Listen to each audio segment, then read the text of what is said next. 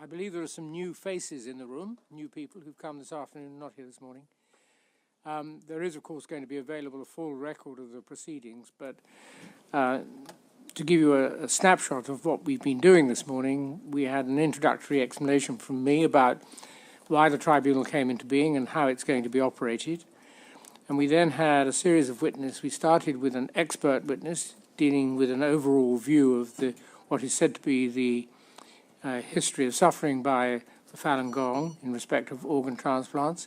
Then we've had a couple of particular witnesses, or three is it, who've given evidence of their own circumstances of detention and in particular of being tested medically in circumstances that might be unexplained, and also of their torture.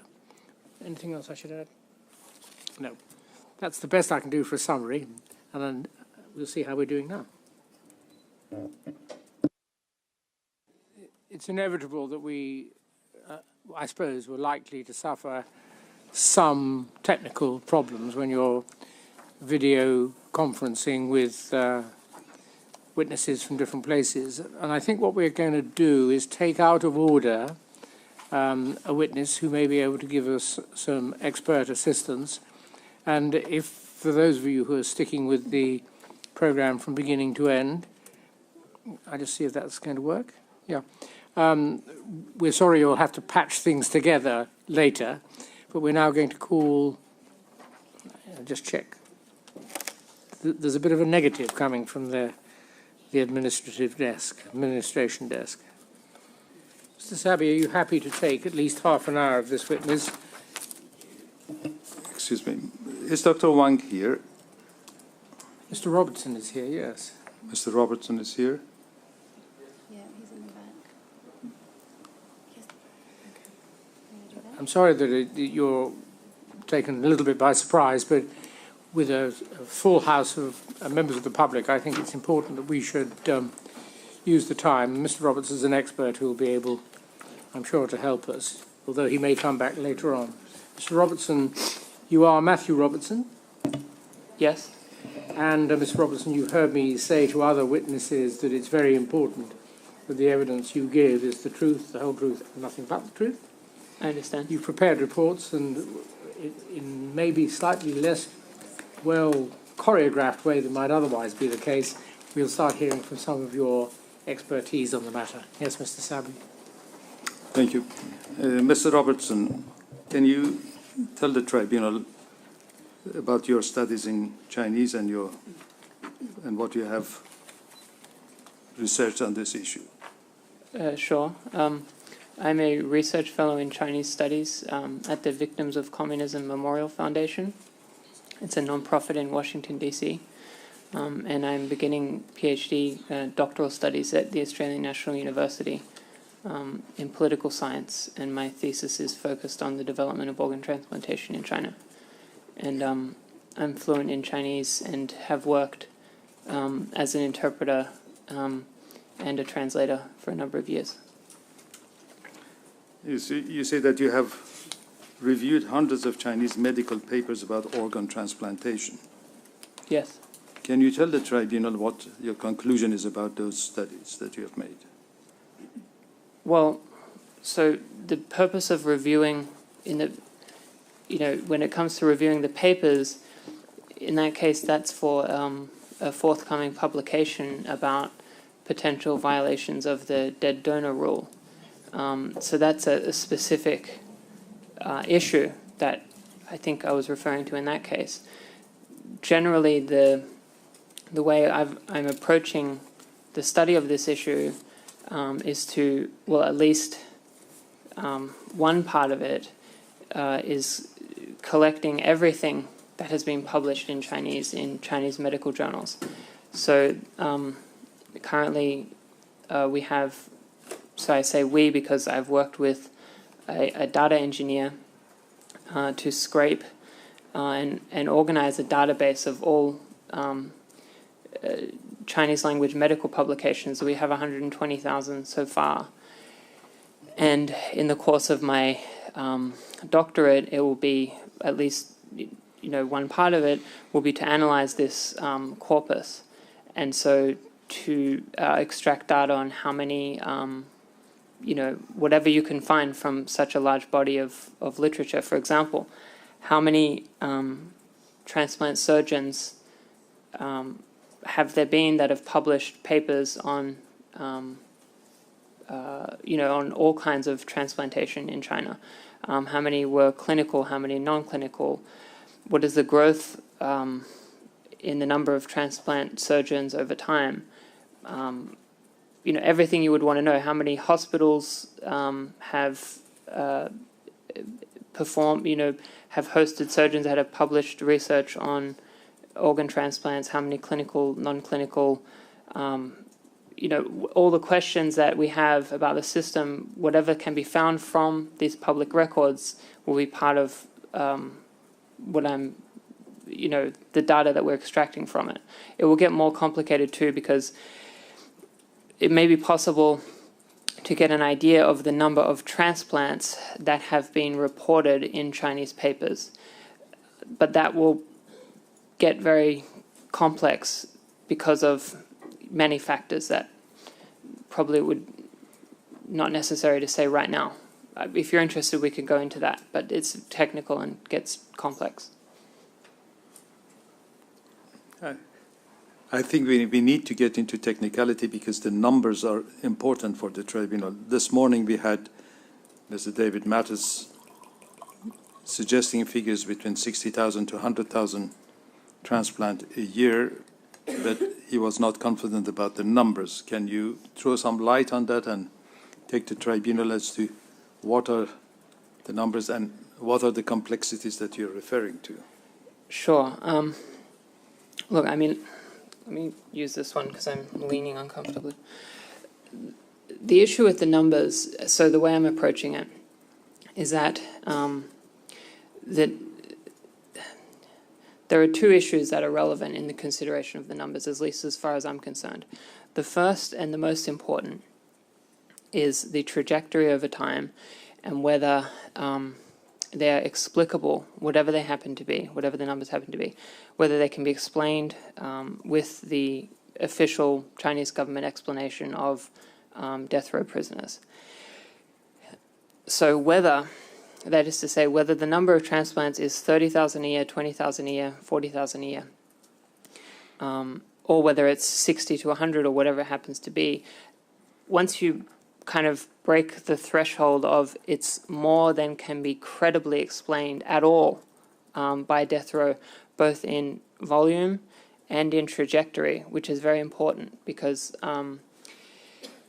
even, let's say, in the end, we're able to, through a lot of fancy coding, get the number of transplants and with no duplicates that have been performed in China according to published medical papers. Let's say that we can get that number, which is going to be a lot of hassle. That will not be the number of transplants that have been performed, obviously, because it will only be the ones that have been reported in medical papers. So I hope to get that number. But so the key is really what is the growth over time, and then in the two periods that I'm looking at is post the year 2000, specifically around the year 2000, and then in 2007. Because in 2007, so the official explanation of the Chinese government is that, at least the official explanation since 2006, has been that all transplants have come from death row prisoners. In 2007, in January 1st, 2007, the Supreme People's Court re-centralized the authority to review death penalty cases. And this meant that instead of the provincial high courts just sort of signing off on whatever the lower courts, the sentences that had been given, the SPC was exercising its review authority, and the number of death penalty cases, according to all researchers of the death penalty in China, dropped precipitously.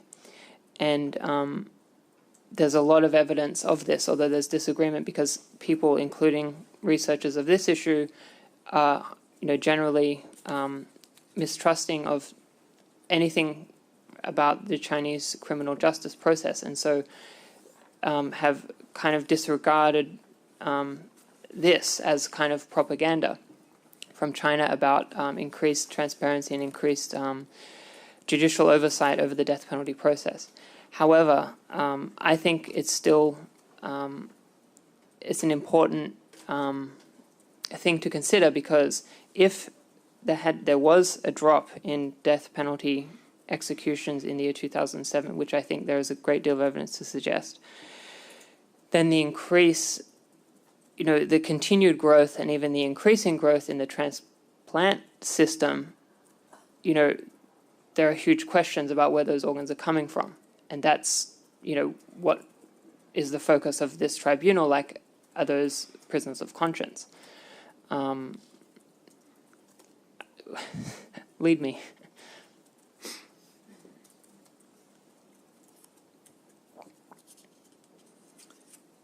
Would it be, in your opinion, possible to continue with this rate of growth, relying on donation from ordinary people in China, bearing in mind the massive population there, and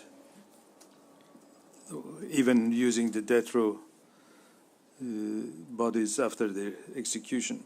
Would it be possible to answer the questions as to the source of organs? Do you mean from the year 2000 to the present? Yes, from the year, or from say 2006, that this practice of, they said that they have reduced the number of death penalties, and in fact they might have, to present. Would you be able to find alternative theories as to the sources of the organs that are used apart from political or prisoners of conscience? Right. Well, so we can take it in two parts. So the first, and the one that is most easy to address, is voluntary citizen donors. So, not prisoners of any type. So there's relatively more transparency about this, at least in terms of the official claims, than other donor sources, perhaps for obvious reasons. Myself and Dr. Jakob Levy and a statistician, Dr. Raymond Hind, have a forthcoming paper specifically about this issue. It's a forensic statistical analysis of China's voluntary transplant data.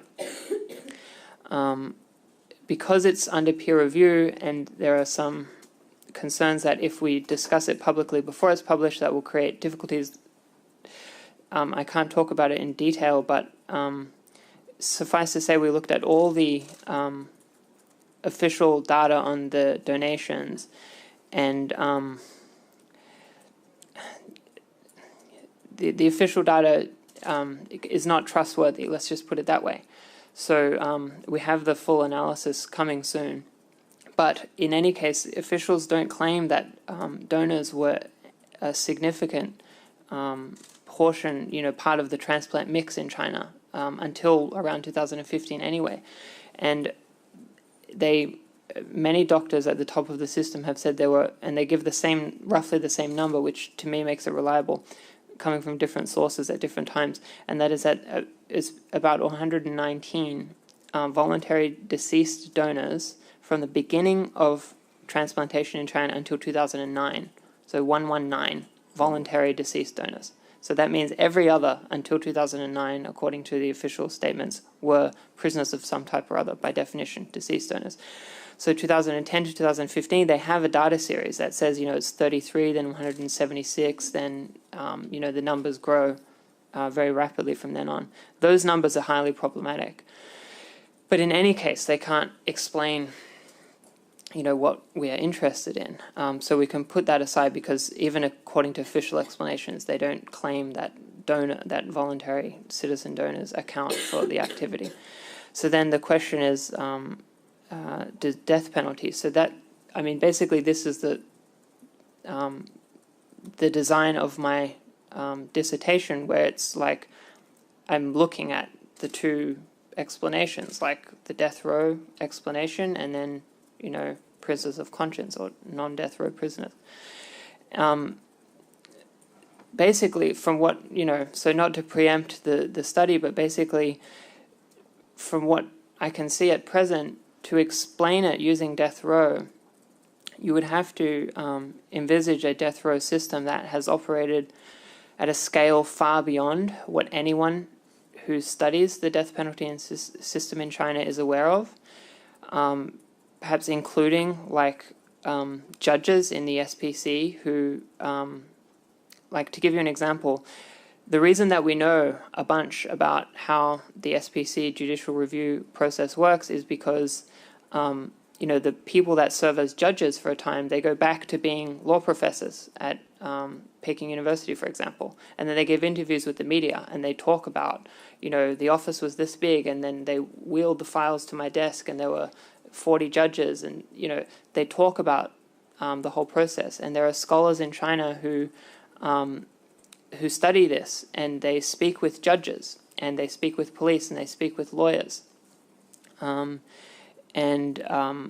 Courts, particularly the courts in Guangdong, have been fairly earnest and forthcoming in publishing the death penalty sentences in their provinces. That's Guangdong is one, Zhejiang is another. And so there's pretty good data on those.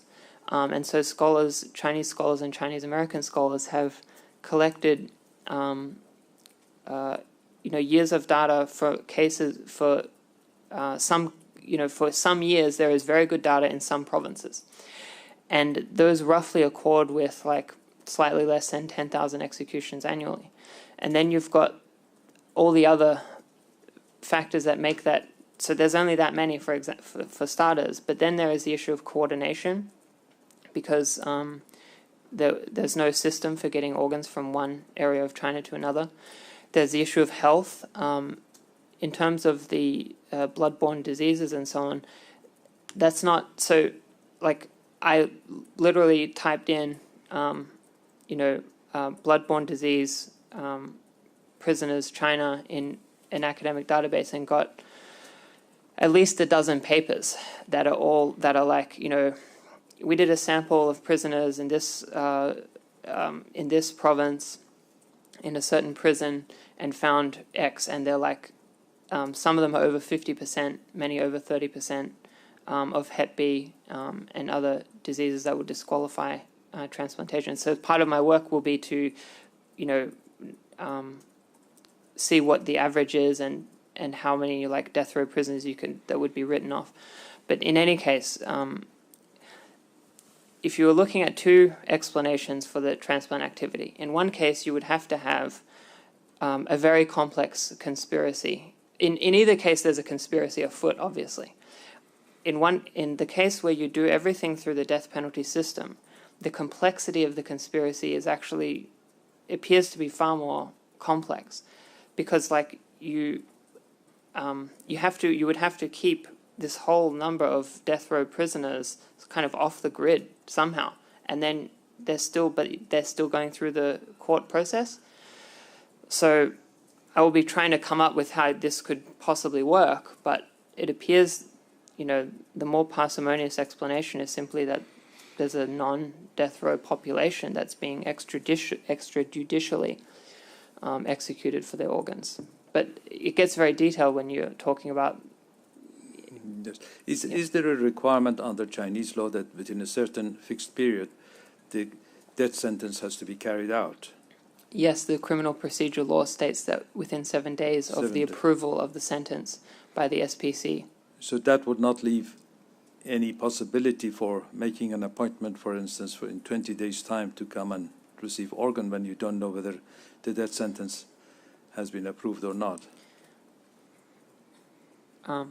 You're saying that contradicts the immediate availability of organs, potentially, and you're asking for my opinion on that, right? You can, only once the death sentence has been passed, you can determine with some clarity as to when that organ would become available, but not before that. So there is a 7-day window, if you can say that organ can be utilized. And in your experience, is that how the Chinese transplantation system had worked? Well, so, I mean, we can look at it from two sides. So as far as the transplantation system goes, it's quite clear that there has been, and it appears there still is, widespread immediate availability of organs. This is clear from the ratio of emergency transplants that were performed, according to data from the China Liver Transplant Registry in 2005 and 6, which, by the way, by 2011, the China Liver Transplant Registry was no longer reporting the number of urgent versus elective surgeries. So the urgent liver transplantations take place when a patient presents to a hospital with liver failure, and the matching then takes place, and then the transplant is effected within. Papers I say about the definition of emergency transplants talk about between 24 and 72 hours, but there are some that refer to instances as short as 4 hours. But in any case, the only way to explain that, except for, again, a very complex kind of web of coincidences, is that there is execution on demand. So, is it death row prisoners who have been sentenced to death and had their sentence approved, and then they are kept on standby? Or is it, a non-death row population that's been kept as an organ bank? So if it was the first, again, it would require that the death penalty system, if that explanation is to hold for for explaining all the activity or a large portion of it, again, the death penalty system would have to be operating in a way that no one who studies it believes it is operating and has, seen it operating.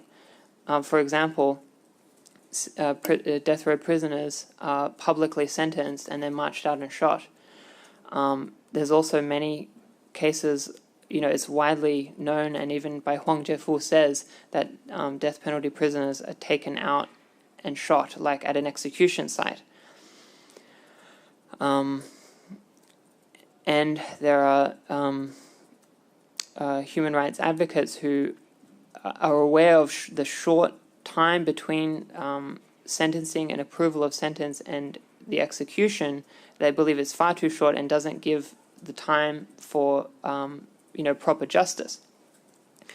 And so all those are reasons that would indicate that there's some other source for those emergency transplants. That is not death row prisoners. And then there's simply the problem of the only way that hospitals get access to death row bodies, so to speak, is because they have direct relationships with those particular prisons in that region, in that city. And so then you still have the issue of how do all the hospitals across China be able to get immediate availability of organs. It doesn't match with what is known about how death row operates. Thank you, Mr. Robertson. There is one more question I would like you to address. Do you have a book in front of you with all the witness statements? He doesn't at the I do moment, not. Can you provide that to Mr. Robertson? If you go at page 308 of that book,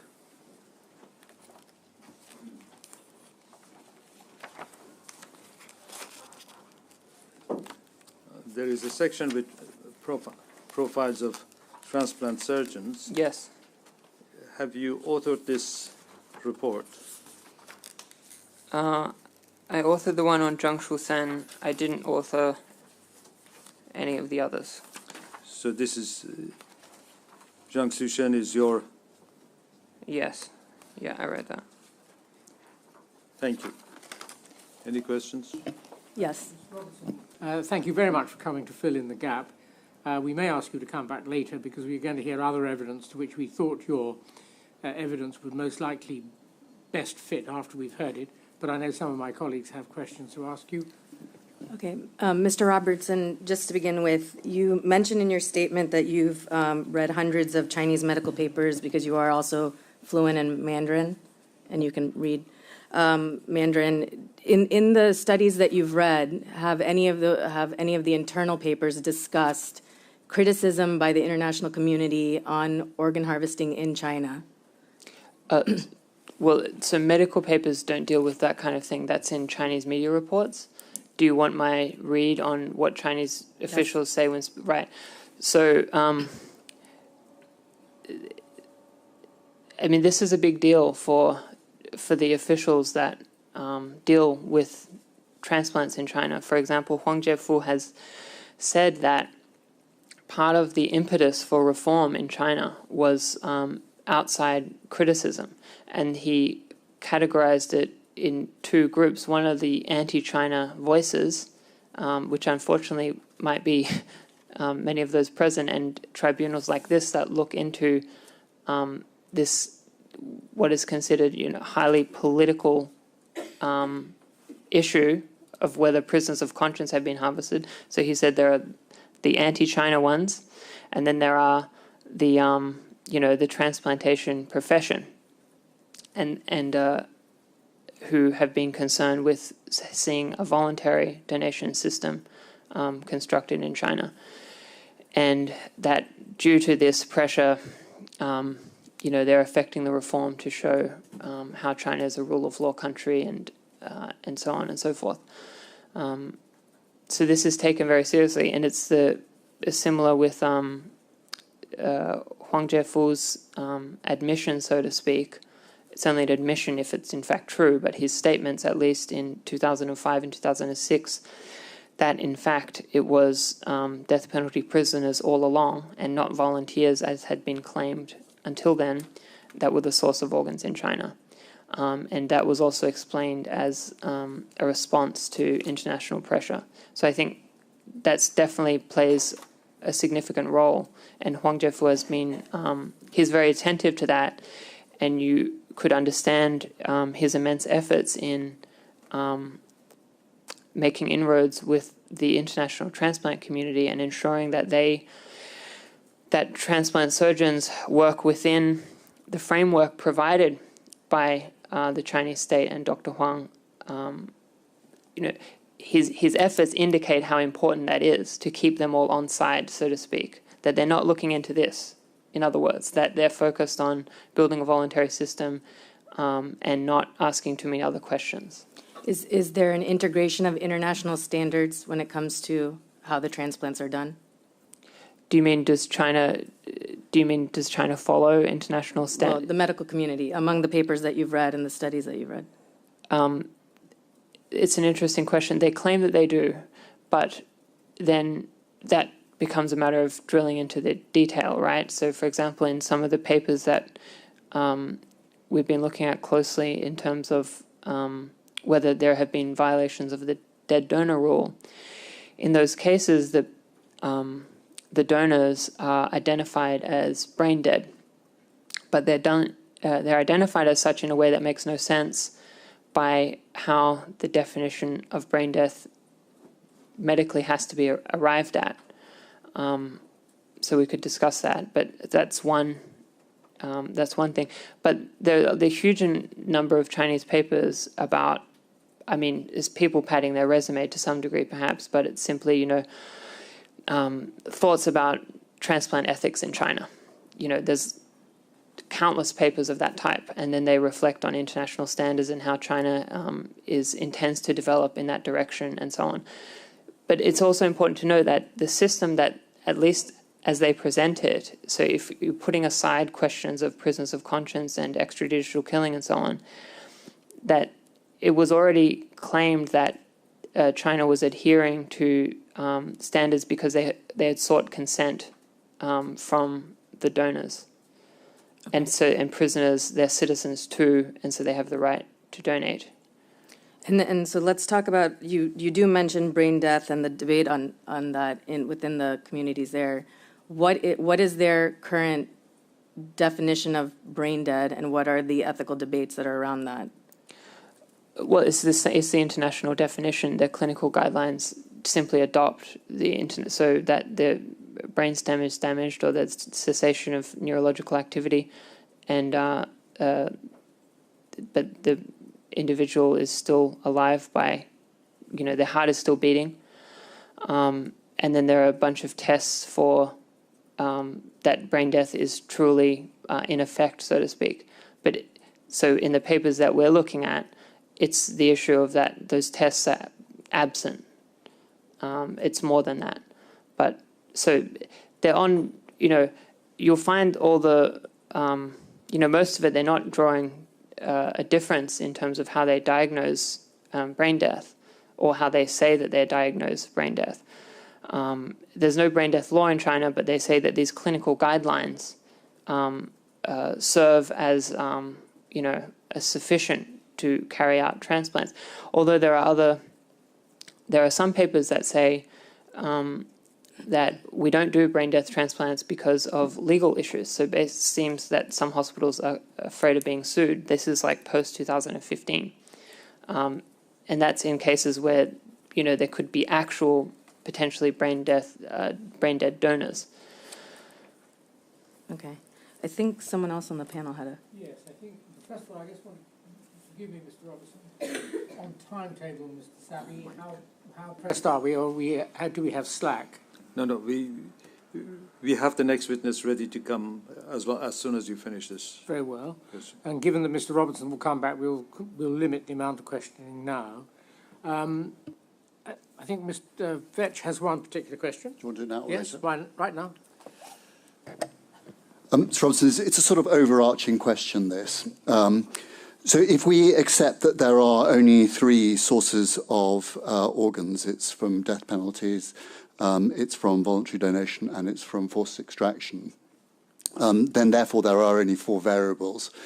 And if we looked at the statistical attribution of those four variables, given that two of them, by the sounds of things, are relatively small compared to the largest one being, the two smaller ones being voluntary donations and death row penalty extraction, the difference, therefore, between those two and the total number of transplants is, by definition, the forced extraction.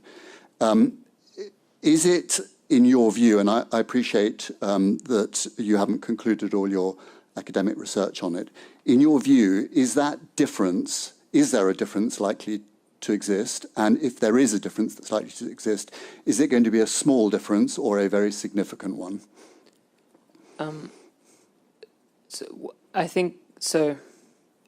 It's a significant difference, I think, but we don't know what it is because we don't know how many transplants have taken place, and we don't know how many death penalty prisoners there have been annually. So the reason that there's something to study here is simply because without knowing the exact numbers, we can still know that, or at least we can be highly confident, according to all available evidence, that there's a big disparity in both the trajectories and the volumes, even though we can't know exactly what they are. So yes, I think it exists. It is inexplicable, as without accounting for some non-death row population, and it's not addressed by Chinese, the Chinese government, and it's sizable and highly significant. Absolutely. So the point of my question really is if you attributed the most generous attribution to death row and to voluntary donation, will it, in your view, at this stage of your research, likely result in a significant gap between that and the total number of transplants? I think so, but what I want to do is try to come up with the most generous use of the death row explanation as I possibly can. And yeah, but even then you have a lot of difficulty because you're already disqualifying half of the death row population due to these blood-borne diseases, and that's not a small thing. And then there's the whole coordination issue. Like, can you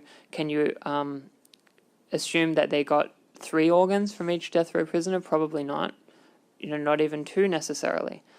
And so I'm also interested in how trying to find, for example, some papers that talk about how many organs they're able to get per donor, but it's very hard to find papers that discuss it in that way. And it seems implicitly that many of them is a single organ. And there are some references by Chinese doctors to organ wastage, and that many hospitals haven't been able to use multiple organs per donor. And also it's probably shifted a great deal over time when there was a surfeit of organs in earlier years and maybe less later on. And you know, so many things that you don't actually know. You can just infer it from other information, and I think it's probably like that. For example, Ethan Gutman, and another researcher of this issue, interviewed someone who waited. It was a peasant, and this was in some kind of a hospital that wasn't, I think, in a major city. I'm perhaps remembering wrongly. In any case, the point is he waited 3 months, I believe. Ethan would be able to clarify. But so in that case, I would imagine that perhaps it is the case that, you know, there was someone else who was being executed, and then he just got the spare liver, for example, you know, kidney, for example, it was. And then you could kind of see, okay, maybe that's how it would, but that would just be a guess too. I'm not sure if that helps. Thank you. Thank you very much. There's those who don't do transplantation won't probably know that the management of the donor really affects the outcome of the transplantation. So the way the donor organs are looked after. So irrespective of whether people are being executed from death row or whether they are prisoners of conscience who in some way are committed to death to have their organs removed, the mode of execution becomes very relevant to the outcome.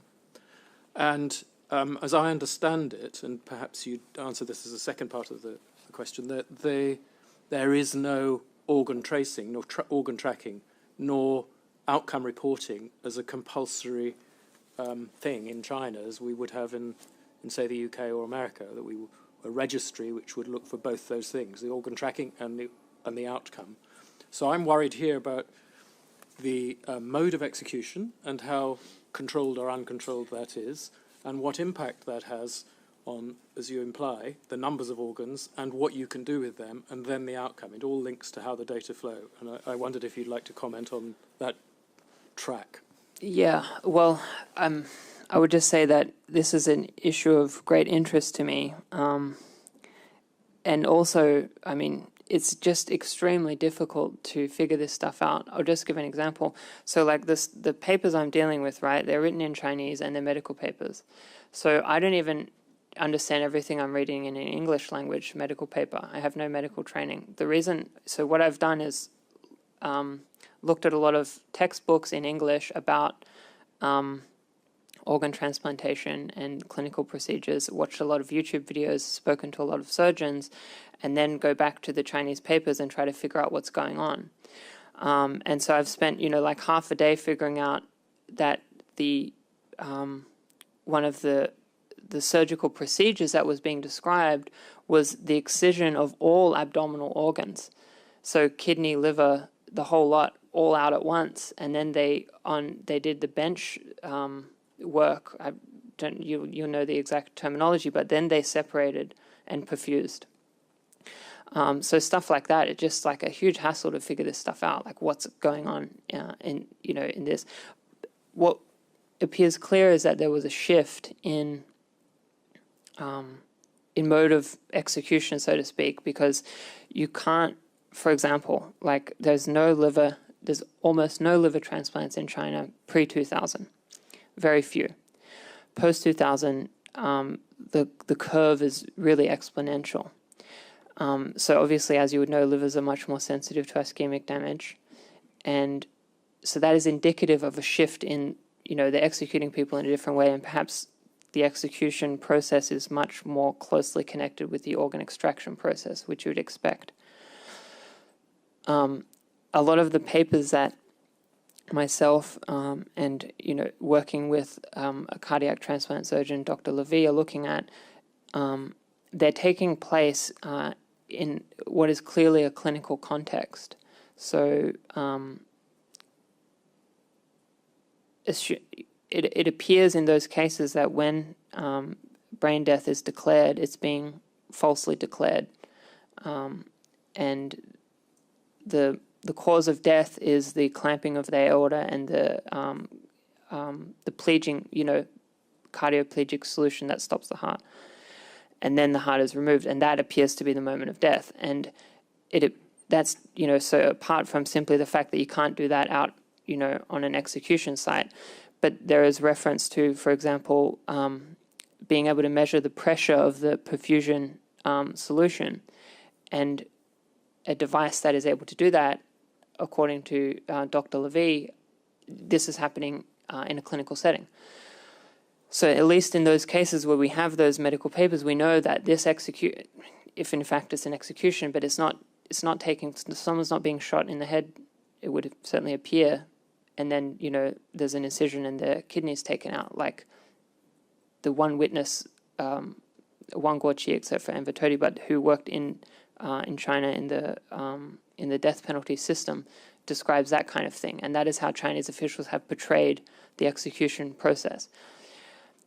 Yes, but it appears that there was, that's not how all these organs are being obtained, that, the execution is happening with the extraction, and it's in a much more clinical setting.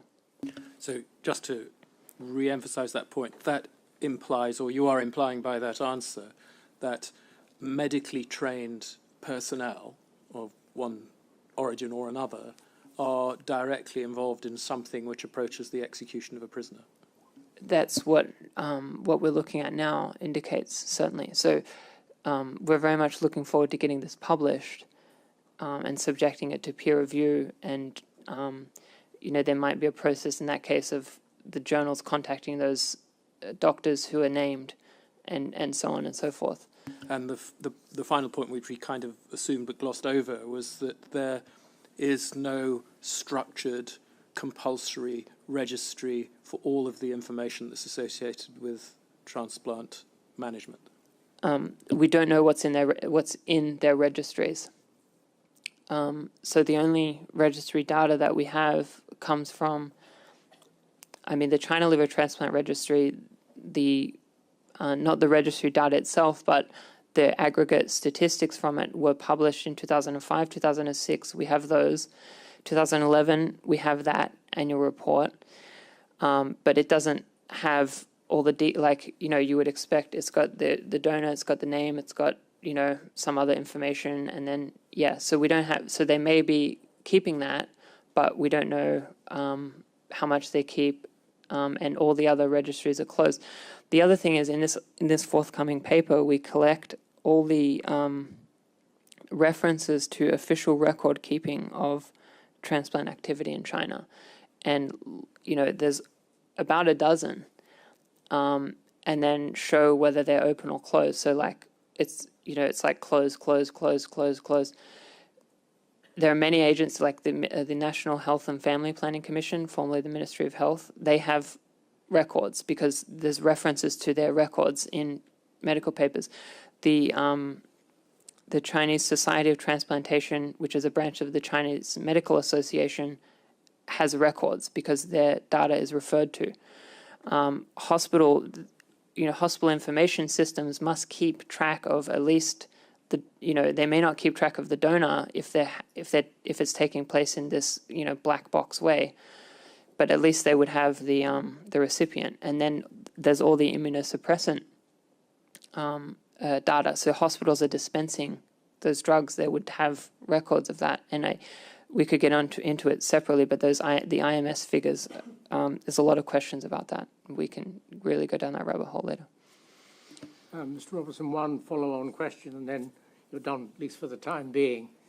I think that in your exchange with Professor Elliott, registration means record of where, is this right? Registration means record of where an organ comes from and where it goes. Is that what you mean? In the context that I thought he was saying was that in a typical system where there's a donor, then you would have all that information. Yeah, but we don't know that they have that in China. No, well, I have two follow-on questions. Does the public outpourings of the government of China recognize the appropriateness of having that kind of record? Does it assert that it's a good thing to have that side of record and that it has them? I don't know. I mean, I'm sure if you ask Juan Jeffrey, who would say, yeah, that's a great idea. Yeah, we're totally going to do that. We're working so hard on it right now. But do they do it now? Do they say they're doing it now? Certainly for voluntary donations that happen, so let's assume that they're all genuine, Yeah.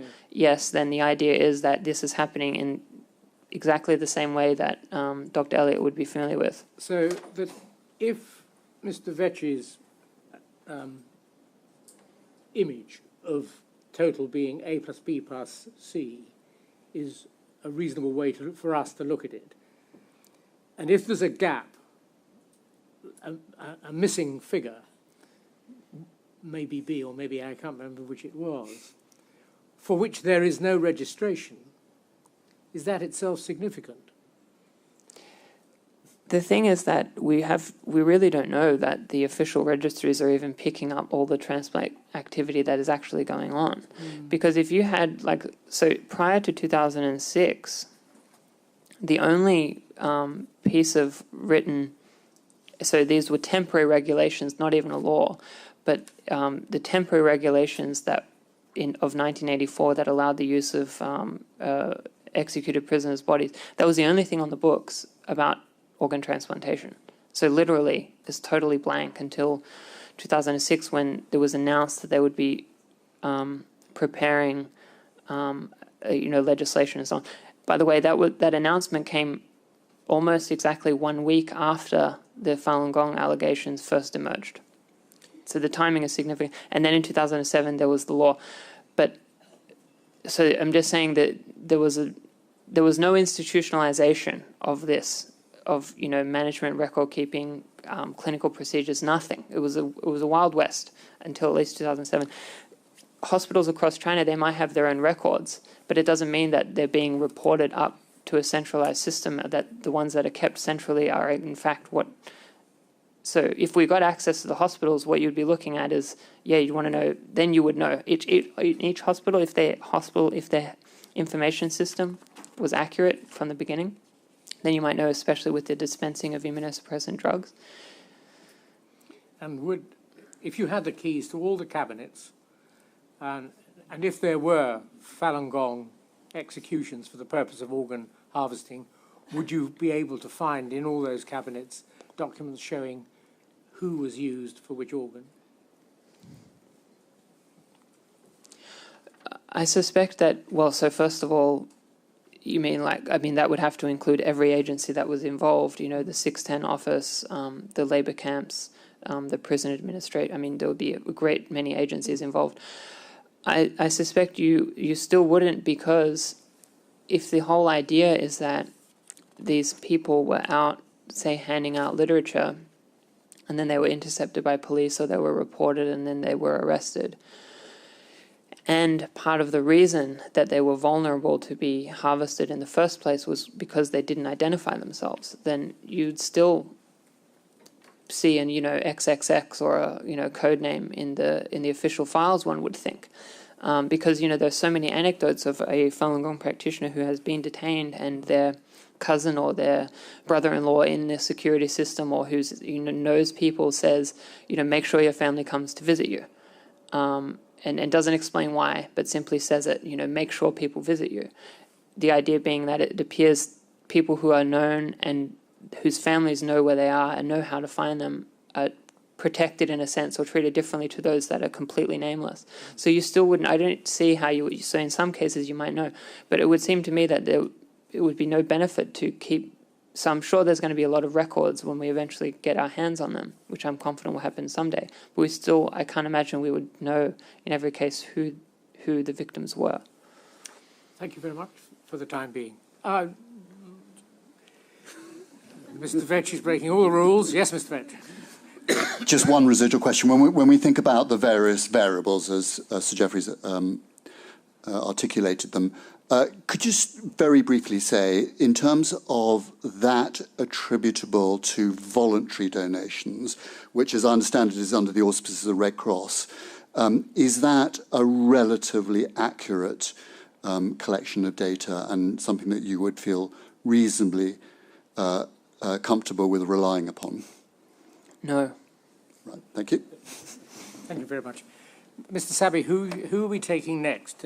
One way or another, we've used an hour, but it actually works out quite well, I think. We are waiting for confirmation that Mr. Omar Bakari is online, and as soon as that is confirmed, we can proceed with... Okay, well, we'll all sit here and wait, shall we? Yes, I think so. Right, thank you. I gather that, and everybody else, I gather that the connection is such that we will have an image, we will see the witness, we will see his lips moving, and it'll be a live image, but we won't be able to hear from him. So that a telephone connection has been made, and there will be indirect communication. I'm not sure whether it's going to be over the earphones or not.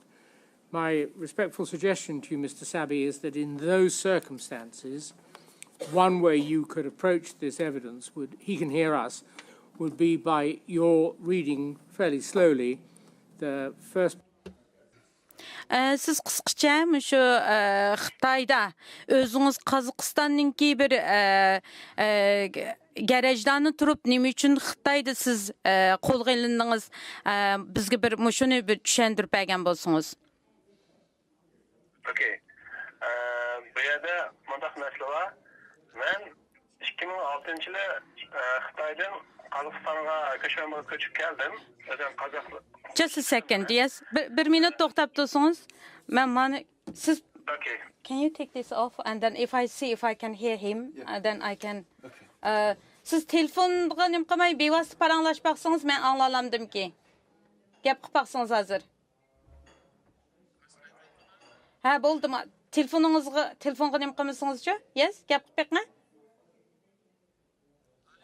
Yes, I can hear him, so I'd rather take the phone off now because I'm hearing two sound. That's why I now just stopped him.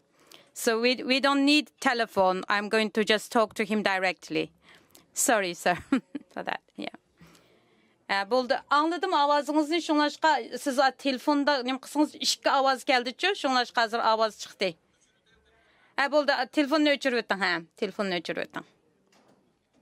Yeah, okay. Now we can just talk without having the mobile phone. So, endi siz başdan manga tushundirsangiz, men asta bularga sizningki shu abayqi degan savolga javobni deb beraman.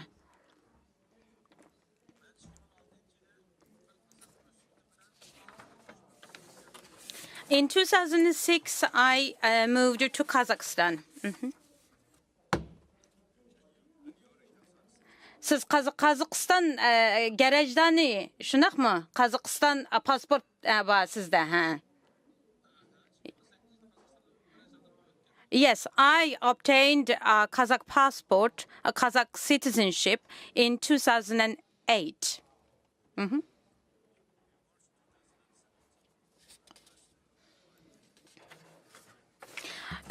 Üçüncü ayda, 2017-yili 3-cü ayda Qozog'istonga kelgan vaqtida sizning Qozog'iston, Xitoyga kelgan vaqtida Xitoy sizni tutdi, shunaqmi?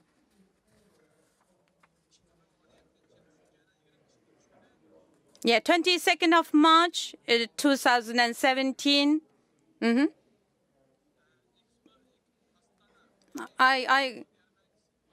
I went to Urumqi to attend Astana trade exhibition.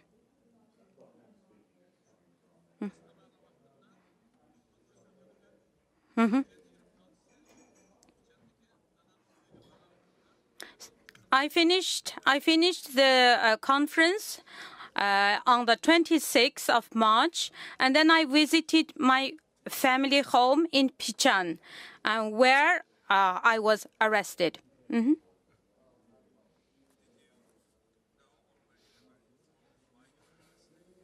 Ular sizga nima uchun sizni tutganligi to'g'risida xabar berdimi?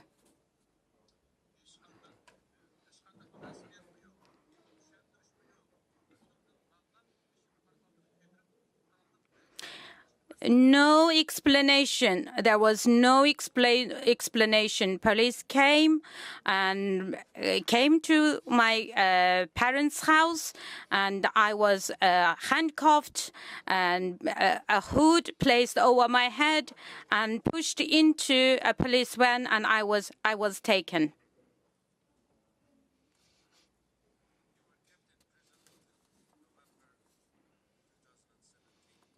ikki ming o'n yettinchi yili 11 aygacha sizni turmada tutib turibdi.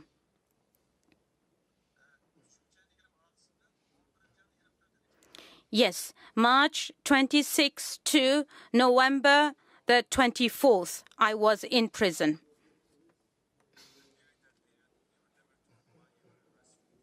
Şu mezgil jarayonidami sizni nima uchun tutganligi demidi, shundaqmi?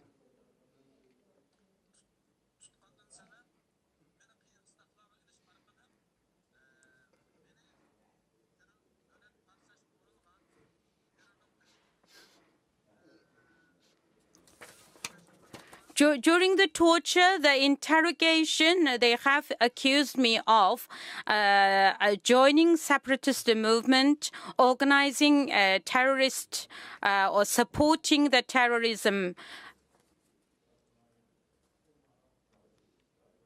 Yani desiniz boldu, men düşendirme.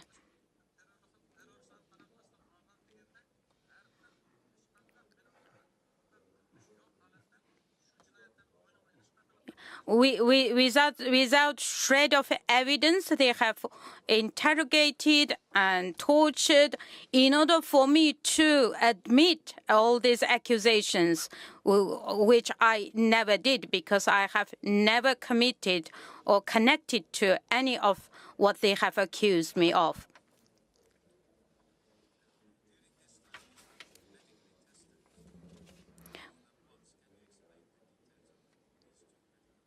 Muşu jarayonda sizni ikki qitim badan tekshirish qilibdi, sog'liq tekshirish. Muşu ikki qitimlikni bizga tushuntirib bera olamsiz? Okay. Birinchi qatimda 3-oyning 26 kuni Ashpichan Nairi doktorxonada o'ylayman, chunki doktorxonaning turaqlarida belgili bo'ladi. On the 26th of March, I was taken to Pichan. I believe it was a Pichan hospital, as I had hood over my head, but from the smell and some conversation, what I heard, I believe it was Pichan hospital.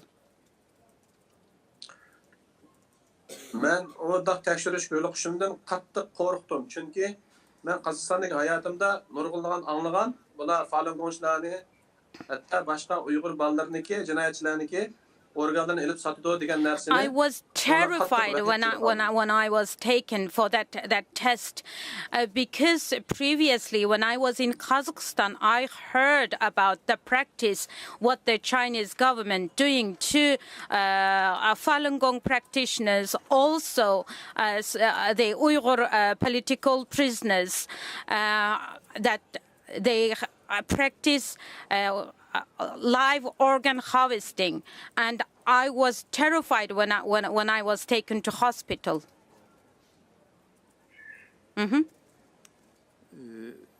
Did they check all your body? Did they check your organs? Qandaq nima tekshirishlar bo'ldimi? Shu tekshirishlarni bir deb bersangiz. Tekshirgan vaqtida mening shu beldan yuqorisining hammani salg'iz o'tib, kiyim kechaklarimni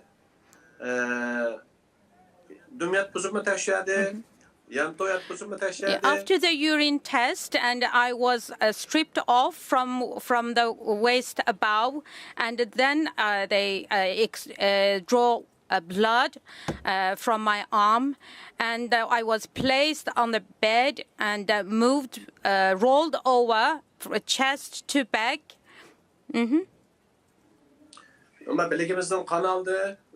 Yeah, draw blood from my arm a lot. They checked my lung.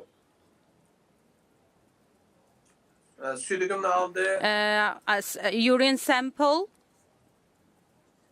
Did they also put gel on your body? Bütün organlarımı tekşiriş etmedi. They also put a cold gel, applied a cold gel, and checked different part of my body, front and back. Thank you. Did you receive any diplomatic protection from your government, that's government of Kazakhstan? Qozog'iston davlat tarafdan diplomatik sizga bir yordam bo'ldimi? Ular yordamchi bo'ldimi sizga? 7. ayının o'ttirisida Pekindagi bir konsul xodimi, konsulxona xodimi, Urumchiga xizmat qilgan konsul xodimining 2 konsul xodimi Qarimaydagi bu turmasiga meni izlab keldi. In mid-July, when I was in prison in Karimi, 2 officials from Beijing embassy visited me.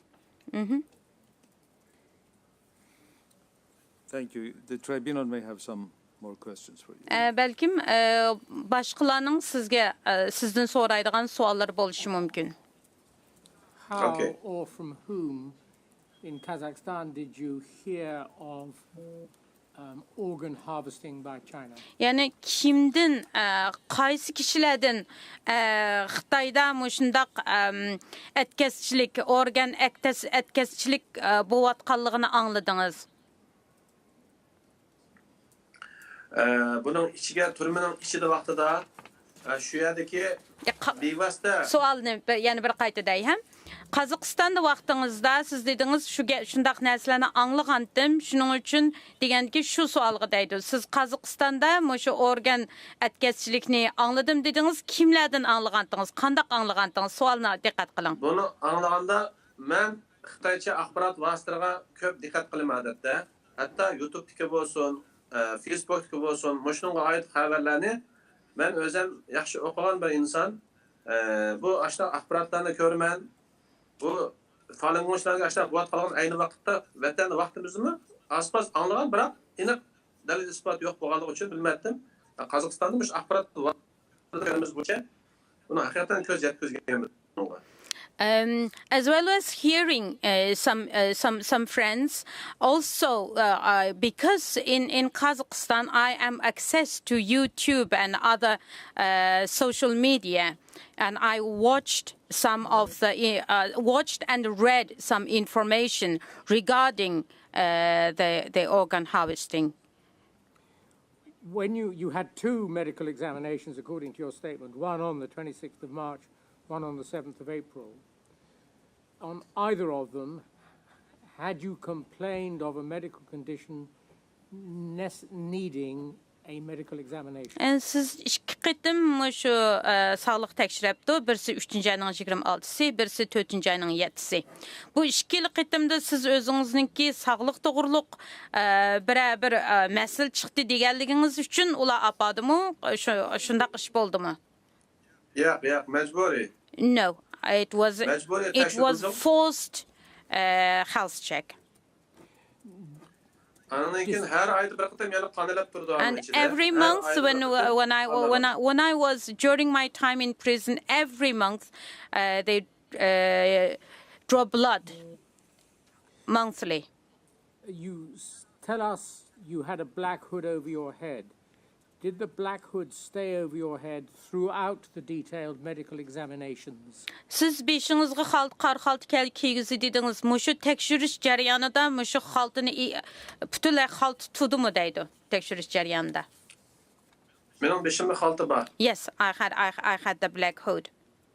You tell us in your statement that you were aware of records being made of the tests that lasted up to 2 hours on the second occasion. Siz ikinci qitimliq mushu tekshirish jarayonida 2 soatdek o'tdi vaqt debsiz. Could you see the records being made, hear them being made? To'xtang. Avval savolni anglang, please. Savolni anglang. Siz 2 soat debsiz, beshingizni qarxalta. Siz qandaq buning yani boshqalardan angladingizmi, ko'rdingizmi bu vaqtni? Manda gap. Meni saçqanı qiyinqistan chiqqandan keyin u chaqda kun kunduz bo'ladigan. meni tekşürücüm tüyütüp apaga vaxtıda lagerga ekirgen vaxtı tömüs apaga vaxtı şu saat 9'lar bolganken mesela o qarmaydı şu çağda erteler gün atamaydigan vaqt. Şunu qarab 2 saatga tekşürülgen esqap. When I was taken from prison, it was daytime. It was in the afternoon, a late afternoon. When I came back, returned back to prison, it was around 9 p.m. So I estimated that the time that I spent for all this test took about 2 hours. Did you see the records being written, or did you hear them being put onto a computer? Ular şu tekşürüş jarayonida buni qo'lida yazdimi, kompyuterga nim qildimi, ya anglab paraz qila oldingizmi, qandaq bo'ldi? Şu tekşürgen nimalarni materiallarni bilasiz? Hammasi kompyuterga ular qog'oz ishlatmaydi ekan. Mening shaxsan biraz yozgan vaqtim yo'q. Hammasi kompyuterga baziga tirkalgan bo'lishi kerak aniq. I believe they recorded everything on computer. As I know that in China now, even in hospital, they record everything on computer. You tell us in your witness statement that that at the time of the second medical examination, you had already been tortured. 2 questions. But first, was the torture that you suffered likely to harm your organs? İkinci qitim sizni tekshirishga opirishning oldida sizni qiyin qistaqqa olgan, intayin qattiq zarbalarga uchirgan. Mening 2 savolim bor bu to'g'riliq. Birinchi savolim, sizning mushu apaga vaqtda sizcha mushu ig'ir zulmdan badaningizningki organlari zaxmlanganmi sizcha?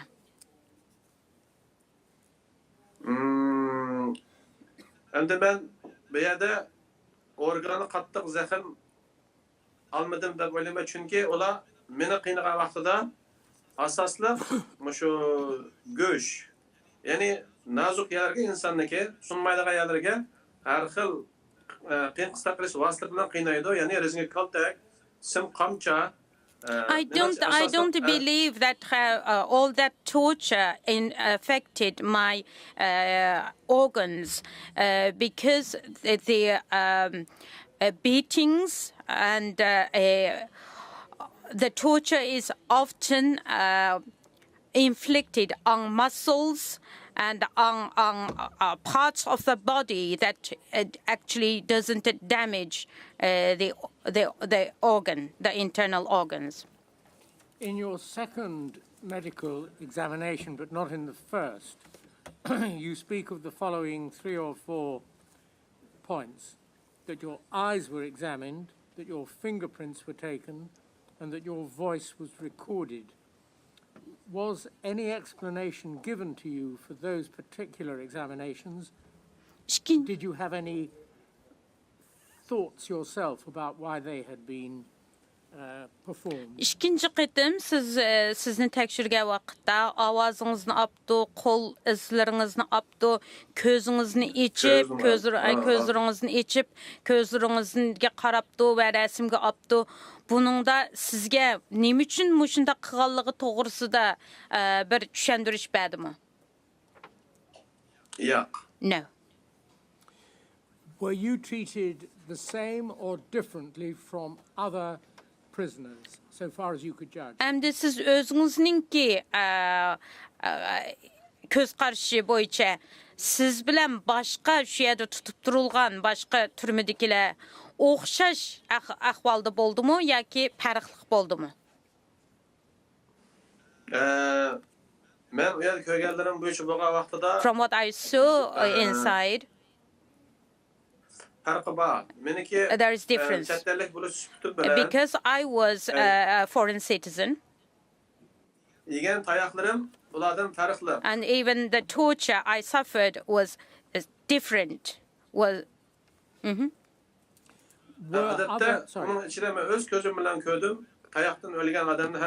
I know, I've seen, and there are people tortured to death there in that prison. I know their names. börek ve ciğerleri gerekten çıkan ballarınki kan siygen halette öler halet kap kalkanın ötüzüm ben görüp geldim. I've seen, I witnessed also young men passing blood urine because of the beatings. The internal organ internally damaged because of the heavy beatings.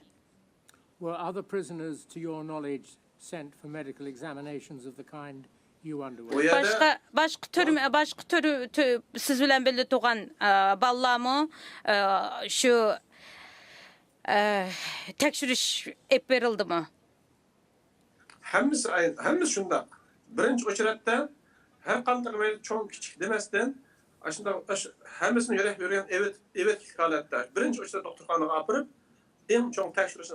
all prisoners now, it's a common practice now that first they must go for a medical test before being placed in detention. Yes, but you're telling us about March and April 2017. At that time, when you had a medical examination which made you fearful of organ harvesting, were other prisoners being sent to your knowledge for the same kind of medical testing? Mening sualım sizning 3-nji ayning 26-njy güni hem de 4-nji ayning 7-nji güni muşu tekşüreş boğa wagtyda siz intayin qoqqan, belkim organingizni evitişi mümkün degen şunundan ensirgen. Şu wagtda başqalarninki mo tekşürilgenini ködüňizmi bilemsiz?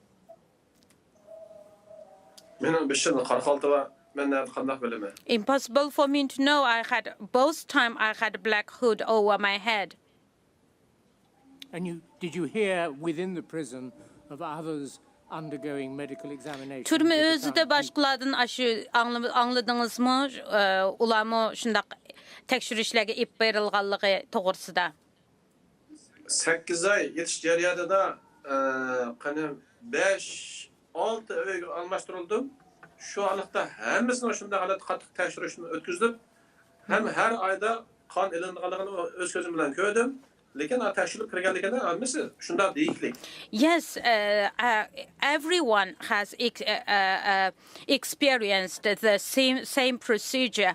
I was inside prison for 8 months, and I was moved to 5 to 6 different cells. And everybody that I have encountered or I heard that they all gone through exactly same medical test, and monthly the blood was taken. And were these fellow prisoners of what nationality or ethnicity? Bu türmüdikiler qaysı milletden? Başka milletler mi barmı? Qaysı milletler bar? Bir yatakniki sözüm desem, bir yatakta 3'tün 4 kişi Kazak var, bir atal Özbek var, kalan hemmesi Uygur. If I say in one cell and 3 to 4 are Kazakh ethnic, 1 Uzbek, and the rest are Uyghur people, are Uyghur people.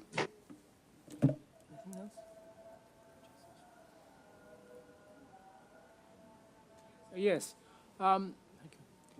Of those who you knew to have been tested, did any disappear without trace? Sizning muşu diyen bildiğin muşu tekşürüş boğalladın. Siz bilemsiz yoqap ketkenler barmı? Tuyuqsizlam yoqap ketkenler barmı? O bir iki emas bu yerda. Her yataktan haftada 3'tün 4'tün 5-6 bala çıkıp ketidi. İnsanlar yığılıp durdu. Biz ularni başka yataklara çıkartmakin veya ki lagerlarga alıp ketmakin başkalar cemiyet koyup etmegen dep oylap. Ben lagerga bardım o keyin. Şu vaqtda çıkartgan insanlar o hatta lagerdimi yok. Başka lagerdakilerden birbirimiz yatak almaştırgan ekan bilişimiz bizlerde yok. Every week there was 3 to 4, sometimes 5 to 6 people were taken away. And at the time, I suspected maybe they were taken for re-education camps or maybe released. But later, I was in re-education camp. But these people, I believe they disappeared without trace. I am not talking 1 or 2 people. Every week there are 3 to 4, 5 to 6. Heptede 5'ten 6'da 3'ten 4 kişi yo'qolib ketadi dediniz. Shundaqmi? Yeah. Yes, they take them away and then they disappear. You mentioned children or men over 18, was it? What was the youngest person in prison with you? Siz yaş balla bilen birli boldum dep siz en kichik yaşdaki qancha yaş? 15. 15. How many young men of that sort of age were there with you? Eşede qanchasi batdi? Shu yoshdagilardan qanchasi batdi siz bilan turmada? Men ba'zida ikkisi bilan yotdim, ba'zida birisi bilan yotdim. Yataqdan alt yataq almashtirganligi uchun her yatakta 3 dan yosh bola bor. Okay, as I have said, I've moved to 5 to 6 different cells. Each cell, there were 1 or 2 young children at that age. You spoke of people who disappeared, not to be seen at the re-education camps. Were these very young men some of those who disappeared? Bu yo'qolib ketganlarning ichida, abiyam dedingiz, mush yo'qolib ketdi, qaytib kelmadi. Bular shu yoshlarmi, bek yoshlarmi? Asosiyatdan shu 15dan yuqori 40dan tuvanlar shunday holatda. Mostly they are about 15 and below 40. Why do you think you were released? Siz nima uchun sizni qo'yibdi? Sizcha nima sababdan ular qo'yibdi sizni? Agar Qozog'iston diplomatiya munosabatlarini meni izlamagan bo'lsa, ular menimi aldiburun qurbonlikqa chilib, lager organlarimni olib bo'lgan bo'ladi. I believe it is because of the diplomatic pressure from the Kazakhstan and because I being a foreigner. If I were not a foreigner, I believe they must have taken my organs like what they did to other people. And my last question is this. Is it possible that some of those who disappeared were simply released like you were? Siz mening hamda eng oxirgi savolim, ba'zi kishilarningki chiqib ketishi, ya'ni yo'qolib ketishi, chiqirib o'tishi sizga o'xshash shunday qo'yib o'tilganmi sizcha? Yo'q. Chunki mening izlayotganim 8 oy jarayonida onam qayerga solangan, qayerda yotgan hech qanday izlari yo'q. Ham bermaklik. Men chatterlik bo'lgan bir immigrant holatda bermaklik o Jungo fuqarolarga o asla mumkin emas narsa. I don't believe that because during 8 months when I was in prison, when my mother and my relatives inquired about my whereabouts, but the prison officers, none of the officials released any details about where I was kept. So I believe, and I am a Kazakh citizen, so for these people who are the Chinese citizen, it is very easy for the Chinese government just make them disappear. Thank you very much for making yourself available to give evidence. I'm sorry it was a little tricky administratively. But thank you very much. Ko'p rahmat. Biroz bir problemlar bo'ldi. Biz masala chiqdi. Uni kechirim so'raymiz. Ammo bugun sizningki bu bergan shu isbotingiz biz uchun intayin muhim. Sizga ko'p rahmat. Thank you. I'm always ready to help. Thank you. Good afternoon, Ms. Liu. Can you hear me? Yes, I can. Thank you. Thank you. Ms. Liu, thank you for giving a statement. Mr. Chairman, would you like to ask her the question about it? Thank you very much for coming or being available to help us. And please,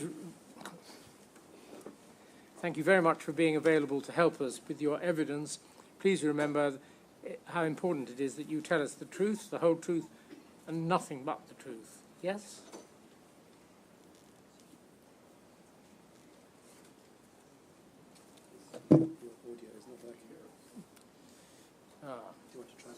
Which channel？ 刘女士，您听见我吗？啊，所以 Yeah, I can. 我的所以他们这个什么，就是说，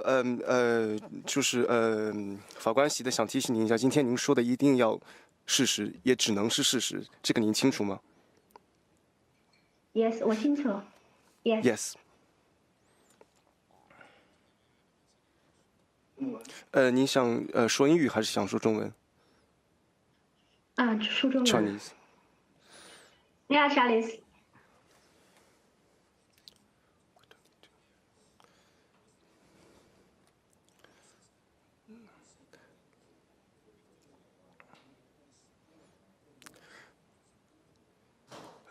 您被拘留4年，有没有通过法律的程序？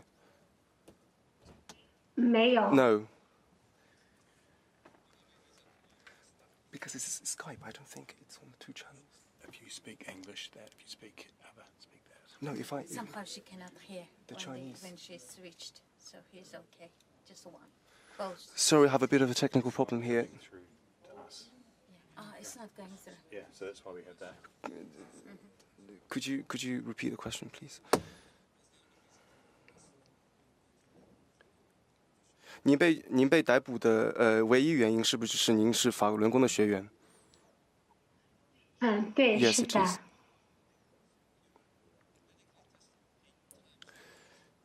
您在4年间总共被体检8次，你也提供具体的材料。Yes, 是的。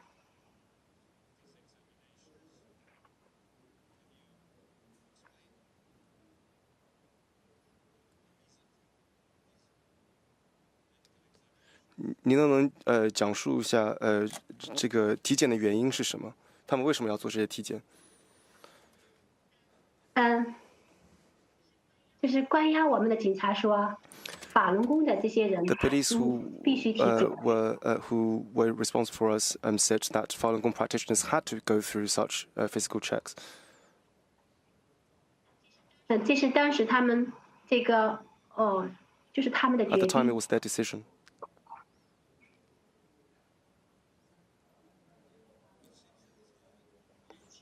其他的关押人员可以不体检。People who are not Falun Gong practitioners, the other inmates, they didn't have to go through such checks.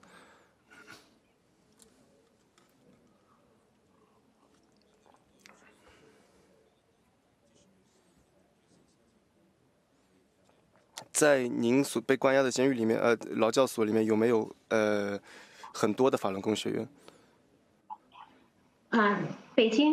北京的一个女子劳教所就关了700个。There was 700 female Falun Gong practitioners in one labor camp alone in Beijing.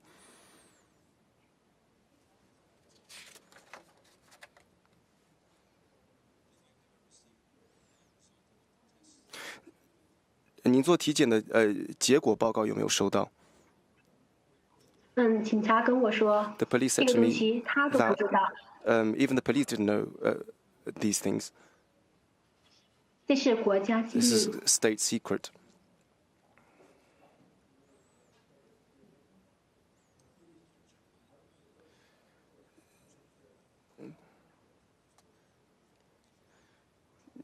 您能不能和法官席说一下您的被受折磨的经历，在狱中受折磨的经历？就是记忆最深的一次就是2001年的3 The 月 case 5 that I 号。 remember the most is was the 5th of March. 请问几年？2000 2001年3月5号。 5th of March 2001. 请继续。就是当时就是他们审问了我有12个晚上，我都没有说 At the 话。 time, they continually questioned me for 12 nights, and I didn't speak 我觉得这是我的人 because 权，我 it 有 was 沉默 my 权。 human right. I had the right to remain silent. 但是当天有5个警察的头。 At the time, there were 5 chiefs of the police. 他们从晚上7点一直到第2天的中午12点。From 7 p.m. to noon the next day. 他们这几个人一直骂我、打我，然后说。请继续。他说我没有人权。They kept beating me and swearing at me, saying that I didn't have human rights. 他说现在是共产党当权当政，共产党代表国家。He said that now the Chinese Communist Party is in charge, and the Chinese Communist Party represents the country. 法轮功就是国家镇压的机器，国家就是镇压法轮功的机器。The country is a machinery to suppress Falun Gong. 现在对法轮功的政策就是打死双自杀。And the country's policy towards Falun Gong is that to report all unnatural deaths as suicides.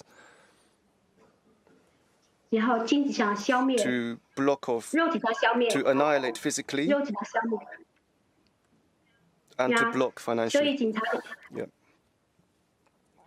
所以警察跟我说，你知道你坐的椅子是什么人坐的吗？是死刑犯。The policeman asked me. 我坐在审讯椅上，警察指着椅子跟我说。Pointing at the stool I was sitting on, asking me whether I knew what kind of stool I was sitting on. He said, "This is a stool of a death row prisoner."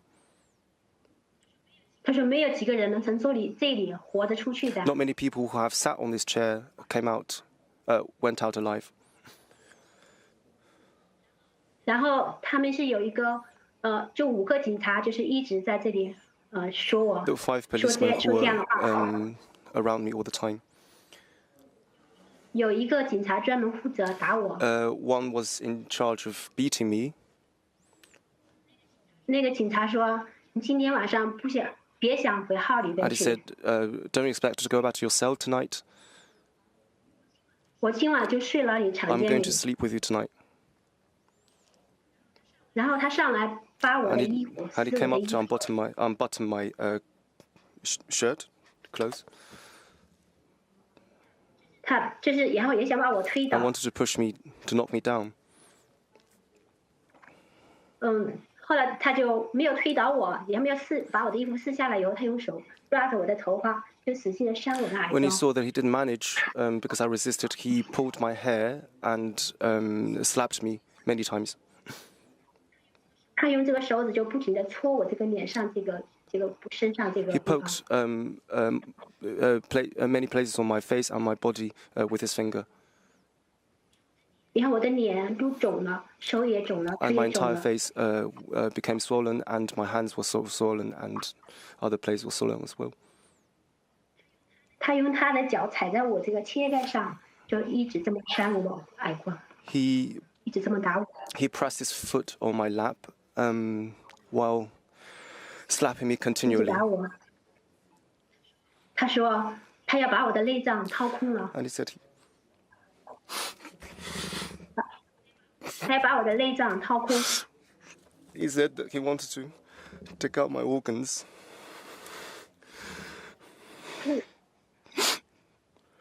Sorry, 请继续.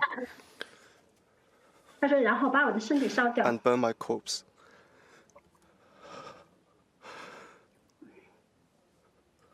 请继续。是我坐在这个椅子里边，我不能，我坐在这个椅子里边，这个椅子我差不多20个小时，我不能离开椅子，我没有喝水，我也不能站起来。 I was confined to a chair for 20 hours, and I was denied water and the right to stand up. And I couldn't stand up. 其实我当时也是不停的流眼泪，但 I 是 kept weeping, 他们是没有停止的。 but they didn't stop torturing me. 后来有个警察，后来这个警察的名字叫胡子辉。 There was a policeman whose name was Hu Zihui. 他负责我这个，他就负责一直管我要，就是每天要审问我。He was in charge of interrogating me every day. 他拿出一本很厚的，这个大概有这么厚的一个这样的一个本子，这么翻的一个本子。他说 he took out a book, a notebook as big as this, and said, 他说有几百个法轮功，你们这些人都上了这个黑名单了，这是江泽民要求的黑名单。He said, this is a blacklist of hundreds of Falun Gong practitioners like you, and this blacklist was requested by Jiang Zemin, the president of China. 这是北京市公安局的局长强卫盯着这些事情。The chief of the Beijing Public Security Bureau ordered these things. 他说你认识里边的某某，清华大学紫光的李某某吗？认识？你要告诉我他在哪里，我抓到他就能拿5万块 He 钱。 asked me if I knew a certain person from Tsinghua University, and whose surname was Li, and if I said yes, he would get 50,000 RMB. 他翻开另一页说：“你认识这个人吗？认识他，抓到他，我能拿3万块钱。” He asked me, for example, do you know this person? If you do, and I catch him, I'll get 30,000.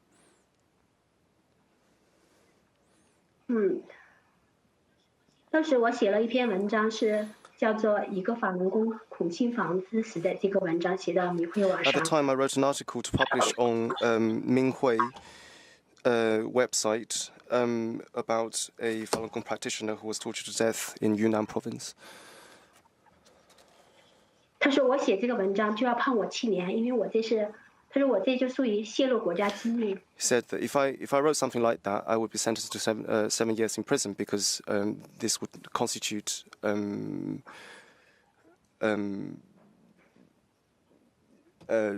betraying state secret.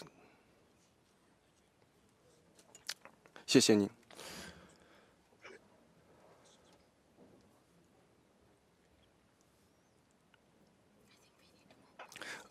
主席团要问一下问题，法官团想问你一些问题。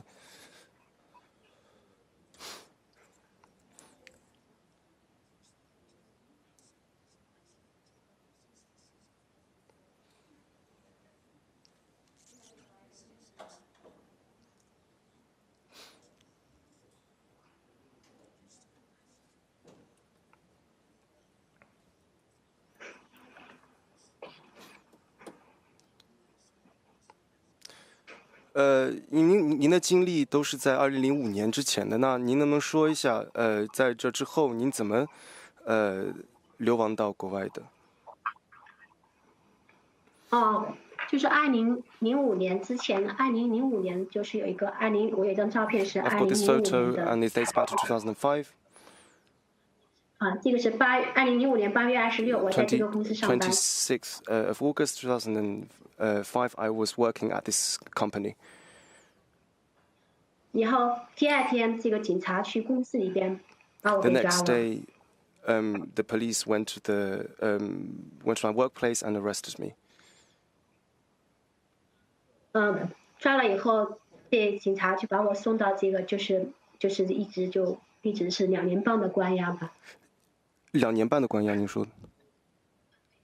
对，这次被抓了以后 And 就 this 关 time 押 I 2年 was 半。in prison for 2 years and a half. 我在这个时间很长时间，我就办不到我的身份证被这个警察给没收了。我很长时间我就是没有 They 身份证， confiscated my 所以我 ID 就 card and I didn't have my ID card. 我没有身份证，然后我的户口在这个湖南，我把户口从湖南移到了广东。My house registration, so-called hukou, was in Hunan province, whereas I had already transferred my hukou to Guangdong province. 广东的警察不知道我是法轮功，所以我就办到身份证，而且办到了护照。The policeman, the police in Guangdong didn't know I was a Falun Gong practitioner, and that's why I got my ID card. A new ID card. 请继续。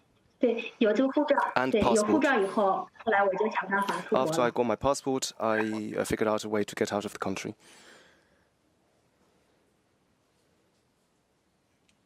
谢谢你。 Thank you。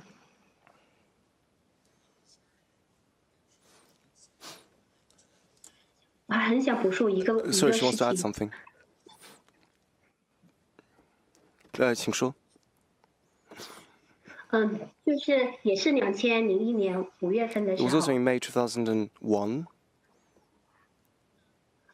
这个警察把我带到北京市公安局医院，公安医院 The。police took me to the hospital affiliated to Beijing Public Security Bureau.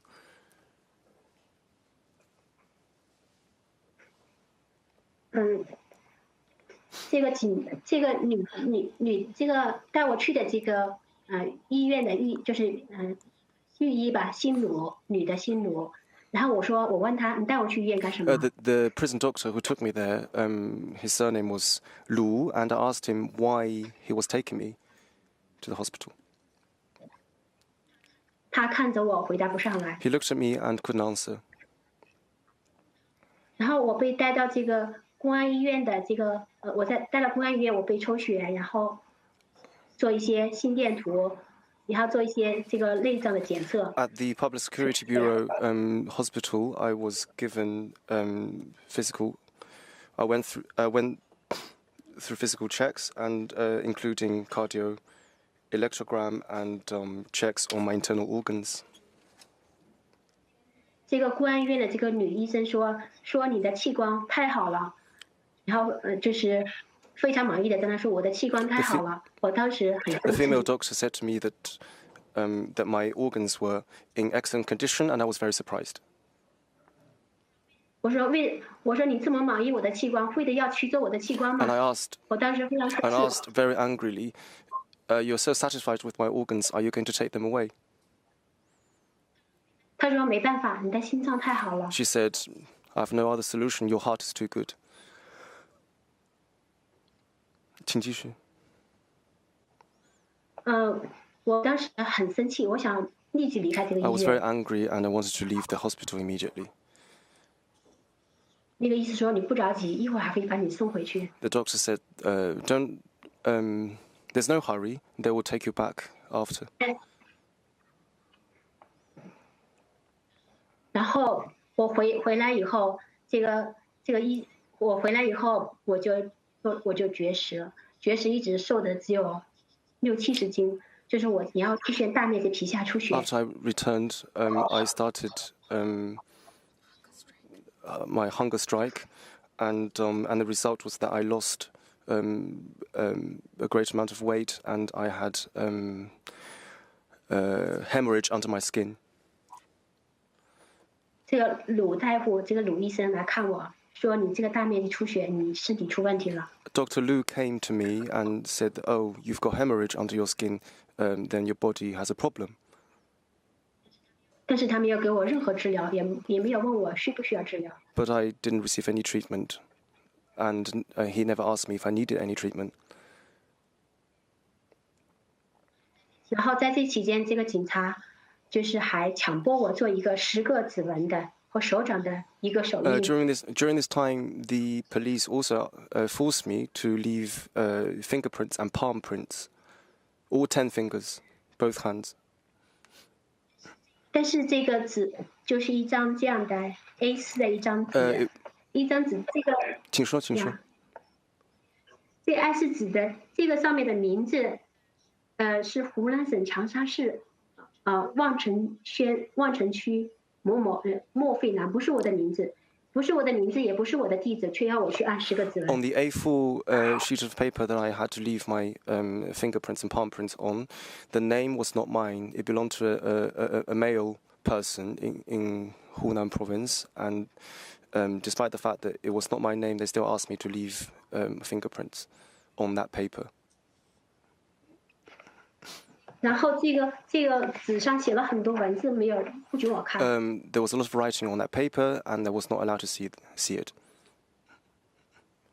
我后来我想，这张纸也许是一张，就是说放弃自己器官的那么一个协议，就是一个认 And 可 then 的 I 协 came 议。 to realization that this piece of paper was probably an agreement of a voluntary donation of organs. 但是后来没有在，也可能是因为他认为我已经瘦成那样了，而且身体出问题了。后来没有怎么？就是没有在，就是一直说啊，在器官。They never came again. Probably because I was very skinny, very thin, and had a lot of problems.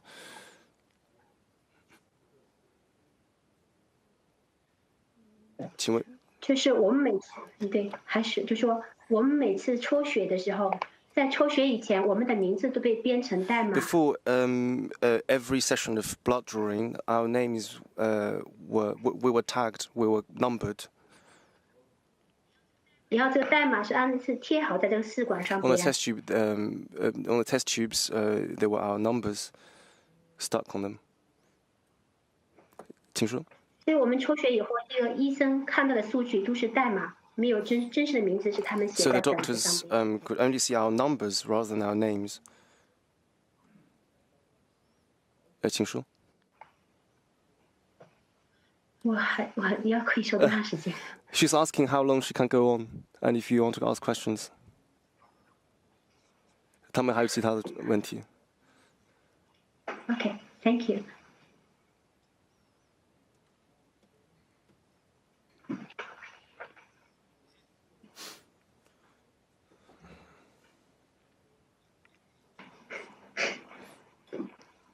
他想问你的是，2010。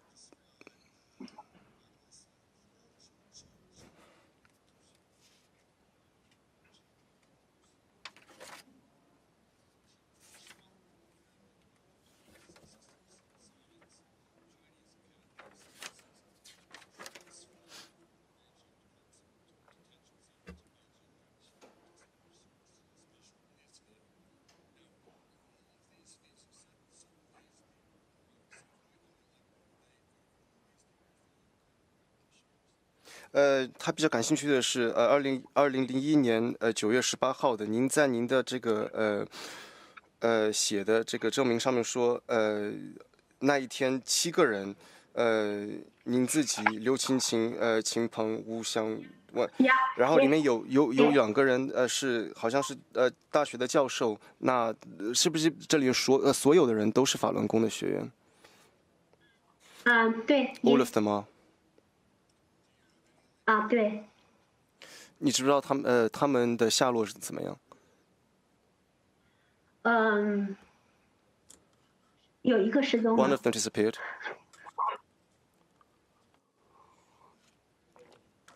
其他人知道吗？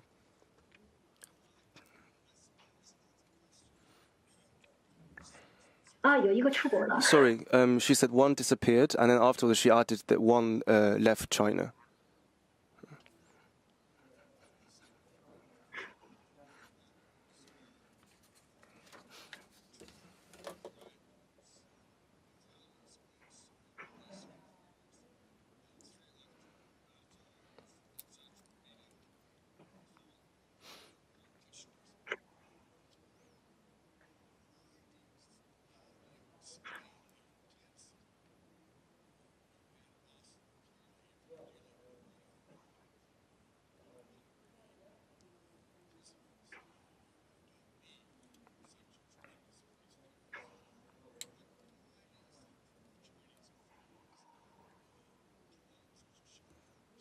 您还写到在2001年的12月份这一段里面，在北京的女子劳教所，还有这里有200多名特警啊，有什么头盔啊、靴子啊，还有电棍啊之类的。那因为你们都是比较就是身体都是比较微弱的，那您怎么解释就是说他们要用这么大的强度来管理你们？这是好像就是就是这应该是就是说针对法轮功来的，就是一个是看我们当时不是有一个女的老人家，她喊法轮大法好，像这样的情况的话，这些特警就扑上去。有可能有4个特警、6个特警扑上去以后，就把他拖走了。This is specifically against Falun Gong practitioners in case something happened. For example, you may have read that there was an elderly lady who shouted Falun Gong, Falun Dafa is good, and in such occasions, the riot police would come to sort out the problem.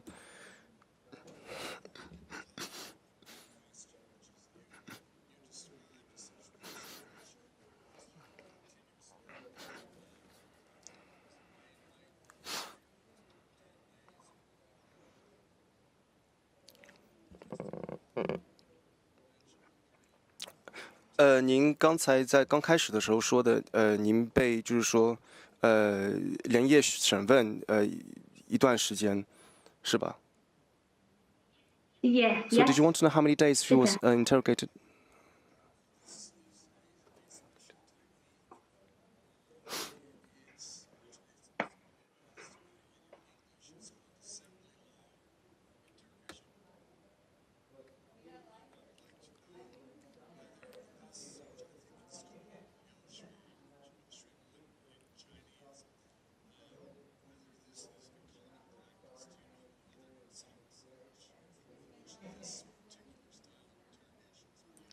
这个流水讯问的方法是不是特别的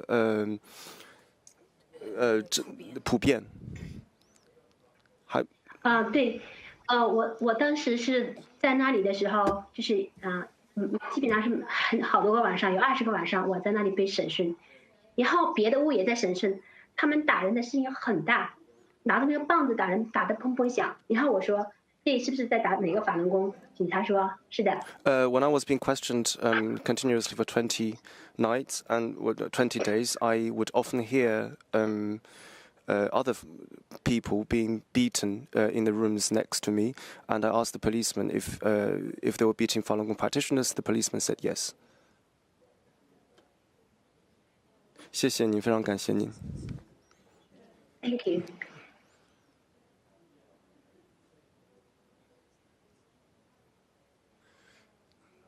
这个对你来说不容易，我们也理解。当时最困难的不是觉得他那一天难过，是因为我们关在这个屋里边，这屋里边有些死刑犯、杀人的、无期的，所以他们今天也在说，你是不是也要被判无期？你是不是也要被判死刑？所以当时感觉到好像自己就是跟死刑，好像也是那么就是走不过去的。The most difficult thing is not that, but it's to remember that we were put together, we were treated in the same way as death row prisoners, and is to remember that I felt like one at the time. 他们问题问完了。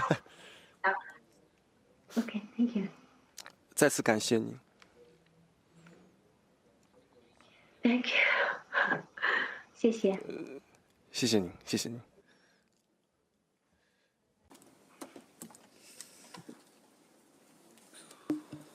Thank you, Mr. Chairman. Our next witness is Mr. George Karimi. And he's, I think, a live witness. Yes. He's a witness in person. In person. Everybody is alive. Thank you, Mr. Karimi. Can you state your name, please? Karimi. Thank you for coming to the tribunal to give evidence. Please remember that it's important you tell us the truth, the whole truth, and nothing but the truth. Yes. Mr. Karimi, you're a Swedish national. I'm a Swedish national. In 2003, you were imprisoned in China because of a false statement, and you were condemned to life imprisonment. Was there a judicial proceedings where you were found guilty? In 2003, I can say that I was taken by Beijing customs. So I had got a telephone call that I have to go and meet a friend. So when I went there were a lot of civilians and few police. So that day I was arrested. I was taken to the detention center. And when I asked the police what's the reason, they told me it's resisting arrest. I said, they cannot be resisting arrest. Just I walked to the apartment and you have arrested me. So nearly 1.5 months, it was written resisting arrest, or they were telling me that. Then after that, for nearly 4 or 5 months, they said that it's money laundering, and on the 7th month, they said that it's counterfeiting. So in the court also, if we talk about the system, I mean the court system and lawyers, I can say it like this, I had private lawyer. So the lawyers there in China, they cannot defend anybody because the judge doesn't give the right. And before we went to the court, so 2 weeks before that, already in the detention center, I knew that I have got life sentence. So it was just formality, we can say. Just I went there. It didn't take 5 or 10 minutes. They read it, you have got life sentence. It was as if they are distributing chocolates or something. So it was all the process. Then we went to the High Court, which we had just complained. So in the High Court, I took up the case, and I saw that the lawyer cannot defend me properly. So I asked the judges, I said, why I'm being arrested? They told me that it's for counterfeit money. I said, okay, that's very good. I want to place a question. How many interrogation did I have? And they said nearly 7 or 8. I said, okay, if I'm being arrested for such a crime, and I have been 7 or 8 times interrogated, please go through all the interrogation. There was not a single question about money. So the judge said, no, it's like this. I said, you can check. If there's any question about money, counterfeit money or anything, give me death sentence, not life sentence. So they adjourned the court for 2 weeks. After 2 weeks, the judges came and they said, it doesn't matter, we continue. So it was in that way. I couldn't defend myself. My embassy couldn't do anything. They were totally, how you say, powerless, we can say. No, I mean the embassies, we had some inmates from America, we had from Canada. I mean, American embassy could not do anything, so what was Swedish embassy? So it's like once somebody is going in that system, it doesn't matter how much embassy is behind that person. It's finished. I mean, the police decides, and the person, he gets the sentence. That's all. That's correct. In 2005 to 2006, you had a number of conversations with one of the wardens in prison through a Taiwanese inmate of you. Can you explain to the tribunal the discussion you had in these cases? See, the detention center where I was, I mean, the minimum sentence somebody could get, it was between 15 to 20 years. So most of the people, I mean the inmates, either they had life sentence, as I said, because it's police who is deciding. So they knew exactly to which detention center they have to take the person.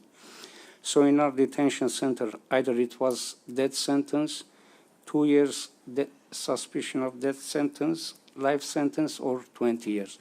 So it was very common. The guards, they were not afraid to disclose something. So most of the time, I mean, the guard who was in charge of my cell, he was calling me and a friend. So he was discussing about Europe and other things. So exactly today also when I was hearing in the discussions, exactly 2006, it was the most sensitive year when the organ harvesting question came up in Chinese detention centers. And our detention center, because it was the most, we can say, I mean, the people who were getting sentenced, it was very high. So it was this. It was very common among the prisoners, especially Chinese prisoners. So they were discussing about organ harvesting. But in 2006, it became general. So I was talking to the guard. We used to go to his room. He was inviting to cigarette, and he was discussing about Europe. He wanted to know about Europe. So I placed a question about organ harvesting. And, you know, for him, it was very simple. He said they are going to be executed. So what does it matter if we remove the organs or no? So I was shocked. I mean, but did you get any permission from them? No. They are criminals and they have to be executed. So most of the execution, it was taking place in the detention center and not in the prison, because those people, they were never reaching to the prison. They were being executed in the detention center. So we knew that there were two places where they had to execute. Either it was in the detention center or it was in the court. In the court, they had special place, but most of the time it was in the detention center. So we were discussing, and for the Chinese also, I can say it like this, no Chinese is going to donate organs, because if we look to their tradition and these things, they believe in reincarnation. And they say that nobody can be reborn if some organs are missing in the body. So most of these prisoners who were being executed, I mean, the guards openly, they were telling us, we are removing their organs. So, and once also what happened, we were discussing about this matter, I think maybe 4 or 5 times. So he took up the matter of Falun Gong members, that there were 24 or 25 Falun Gong members from one province that they have executed them and taken their organs. I said, I mean, like this, just simply they have been executed. No, one of them they didn't execute because he or she was sick. So, I mean, it was a very common thing. It wasn't something to be secret. And they knew that anybody comes out of that place, it could take 15 years. So they didn't bother to speak the truth. Mr. Karimi, did you know how the executions took place? Did they shoot them, hang them, or any other way of execution? I asked the officer, and everybody knew that if somebody is being executed, so we were having some, we can say, cards to purchase food and other things, which it was limited to 300 yuan a month. So if anybody was going to be executed, they were removing 20 yuan from his account. It was for the bullet which they had to shoot him. They had to shoot him. So everybody knew 20 yuan, they were removed from the card of person who will be executed. So if I was with nearly nine persons who were executed the day after. So we were in the second floor. On the first floor, it was the death row. So in the beginning, we were together with the people who were from the death row. Then we foreigners, we made a lot of complaint because mentally it was disturbing. One is sitting with a person who has to be executed. So in the end, all the European embassies, they started to complain, and some other embassies, so they shifted them to the first floor. So first floor was where they were executing the prisoners, and it was by shooting in the hand. And once I asked the officer, so he told me if any officer, he will execute a prisoner, he will get 2 weeks of vacation with salary. It was what they were getting.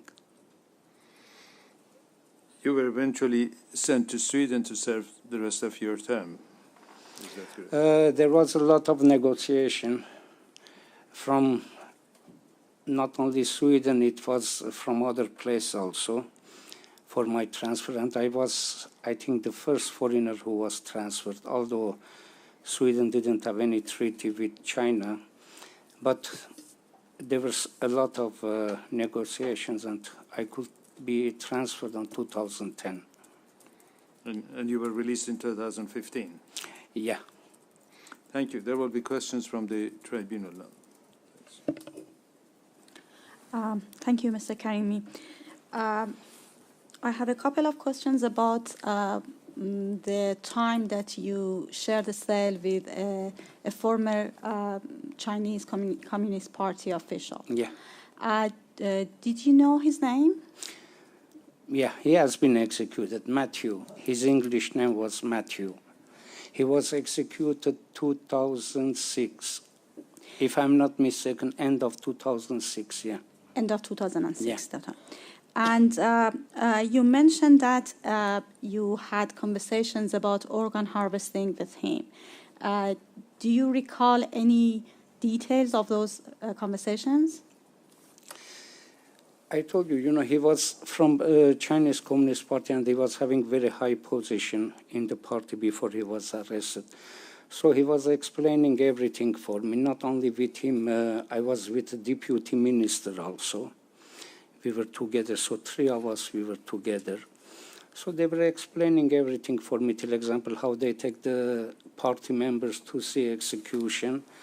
And organ harvesting, it was, as I said, it was very common issue there. It was not something to hide or not to speak about it. And also you referred to the talks amongst the prisoners, the inmates, about organ harvesting. Yeah, it was known as a monster prison detention, yeah. Yeah, and do you remember any particular reference to any particular religious or ethnic minority groups? I can say it like this. If somebody is a Falun Gong member, it is already a crime. The person cannot defend. We had sometimes few persons in my cell, Chinese, when they entered in the cell, honestly, they didn't know how dangerous it is. For example, they started to sit the way they are practicing. So the only thing I could do, I could say, listen, don't do that before they transfer you to other place. I know what it is, but don't do that. So until Falun Gong members, they didn't know how dangerous it is or what they will do with them. So the number one, I can say it was Falun Gong members who were being prosecuted. Then it was Uyghur people and Tibetans, these 3 people. The 4th one, which I met in the detention, it was the Christians. But if I have to say, number one, it was Falun Gong, because they were the only people who were protesting against the system in the detention center. Otherwise, other people, they didn't dare to do it. So Falun Gong and foreigners. So what they were doing, they had separated both Falun Gong and foreigners, so they will not be together. It will be a big problem for the detention center to control. So I was with 2 or 3 Falun Gong members, but we were having most of the time Chinese inmates who were coming from other section where they were holding Falun Gong members. So they were telling us everything what is happening with those people. And about the Muslims, for example, we had 3 or 4 Muslims in our cell. And the police was using mostly the prisoners to punish other prisoners. This was a system which they were using, and it was it could cover their crime also. For example, for foreigners, they could say it was a fight between inmates. So it's very simple. The police didn't do. One inmate has done. So for Muslims, generally they were telling other Chinese, try to force them to eat pork, pork meat and these things. Tibetans, the same thing. But yeah, it was this. Christians, just I think it was 2004, 4 or 5 I met. But Christians, just it was, they were calling underground churches, and so I saw only 1 or 2, but mostly it was Falun Gong members. Have you seen any children amongst them, your inmates? No, there was no children. We were in the foreign section, and in that, they were trying to hide everything from foreigners because we were the only people who could pass messages to the embassies. So we had become very sensitive for Chinese government. But you shared the cell with Falun Gong's. Excuse me? You shared the cells with Falun Gong's practitioners. So have you witnessed any, at any time they were taken to hospitals for medical examinations or something? Really, I don't want to remember what I heard from hospital. I don't want. I didn't see, but I heard. So it it was horrible. What they told me, it was a French citizen. So he told me he was with some Falun Gong members in the hospital, and that hospital, it's a military or police hospital, but underground they have a place for inmates. So he was telling me that he was admitted there for 2 or 3 weeks. He was from my cell. When he came back and he explained to me what is happening in that hospital, I can say it was a nightmare. So it was against Falun Gong members. How they are, for example, in one case, just one case, and after that I don't want to remember more. He told me that they had opened the person's stomach hole. So, and the way they had stitched, when he was coughing, he was saying, George, I was seeing the blood jumping up and down. So, and he had told the doctor, I want to go back to the detention center. So when they became to know that, then he had told the officer that I'm going to complain to the embassy. He's saying after that, immediately they removed me to other section because I couldn't manage in that hospital. Myself, personally, I didn't, but my cellmate, when he came from hospital, he explained for me. One of my colleagues wanted to know that if you have heard anything about the quota that the prison guards had to meet for the numbers of the Falun Gong prisoners who repented or defied their faith. See, in China, everything is a business. Everything is a business. And how they work, the Chinese government, I mean, when somebody will look to their system, it's a bonus system. So this is very important. I mean, the way they controlled, the way they were controlling the inmates, and the way the authorities were controlling their officers, everything was bonus. For example, if an inmate is behaving well, he will get 5 points. So everything was point. It was the same for inmate. It was the same for the officer. Whole the system, when I was talking to the Chinese officials, I mean those who were in the detention center, and everything was point system. For example, if officer, he has been able, yes, I saw few times when they brought a Falun Gong member and they said that now he has regretted, and this is only, I can say, propaganda. You know, Chinese government in wanting their expert, they can show something to the world and what is the reality. So in these things, they are expert. I mean, they can make such things, such a, how you say, propaganda, which I don't think so Hollywood can do. So it's not something new for me because I have gone through it and I have seen it. Any questions? I hope you won't mind me asking, given how hard hearing about the hospital was, but when you talked about the people being executed by shooting, and you hear the stories of organ donation, were those two events simultaneous, and or were medical staff involved, to your knowledge? No, it was not medical stuff.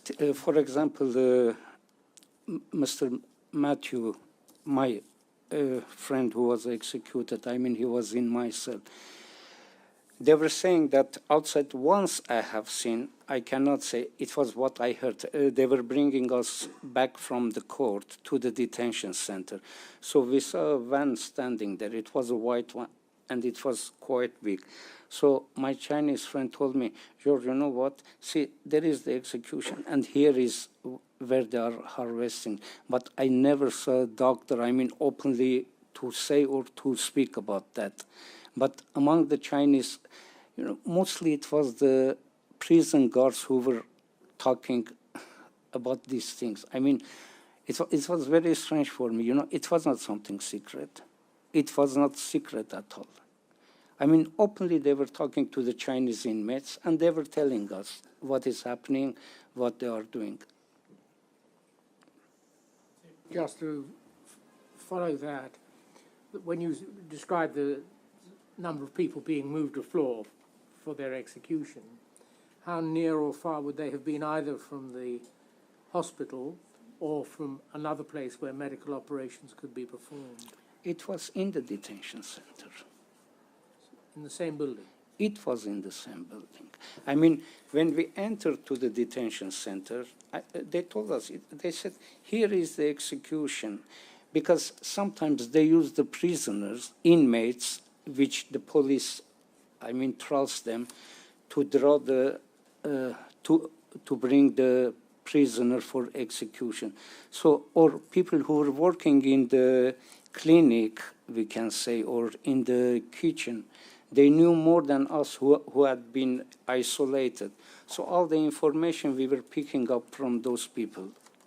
But the executions could be close to the place where there could be medics, is that right? It was exactly on the first floor of our detention center, the execution place.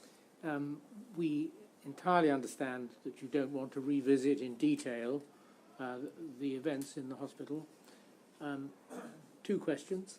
First of all, have you ever set that down in writing anywhere? Excuse me? The detail of what happened in the hospital that is so distressing to remember. Have you set it down in writing anywhere?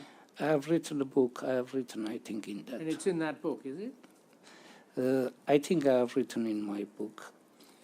And because if you decide that you'd like us to have that narrative, whether through a book or through another statement, please let the... I will write this that and I will send it. And that would be very helpful for us.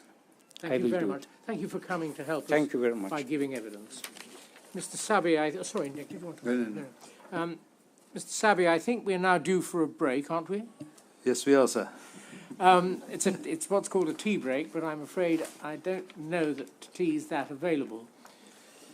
We've got about another 2 hours of evidence, which of course takes us quite late on a Saturday evening. But not only is the giving of evidence in public valuable for us, but the public are of value to the witnesses because they show that that which they give at some pain and difficulty is being respected. So I do hope that you won't find our lack of hospitality for you off-putting at this time of the day, and we'll see you in half an hour's time.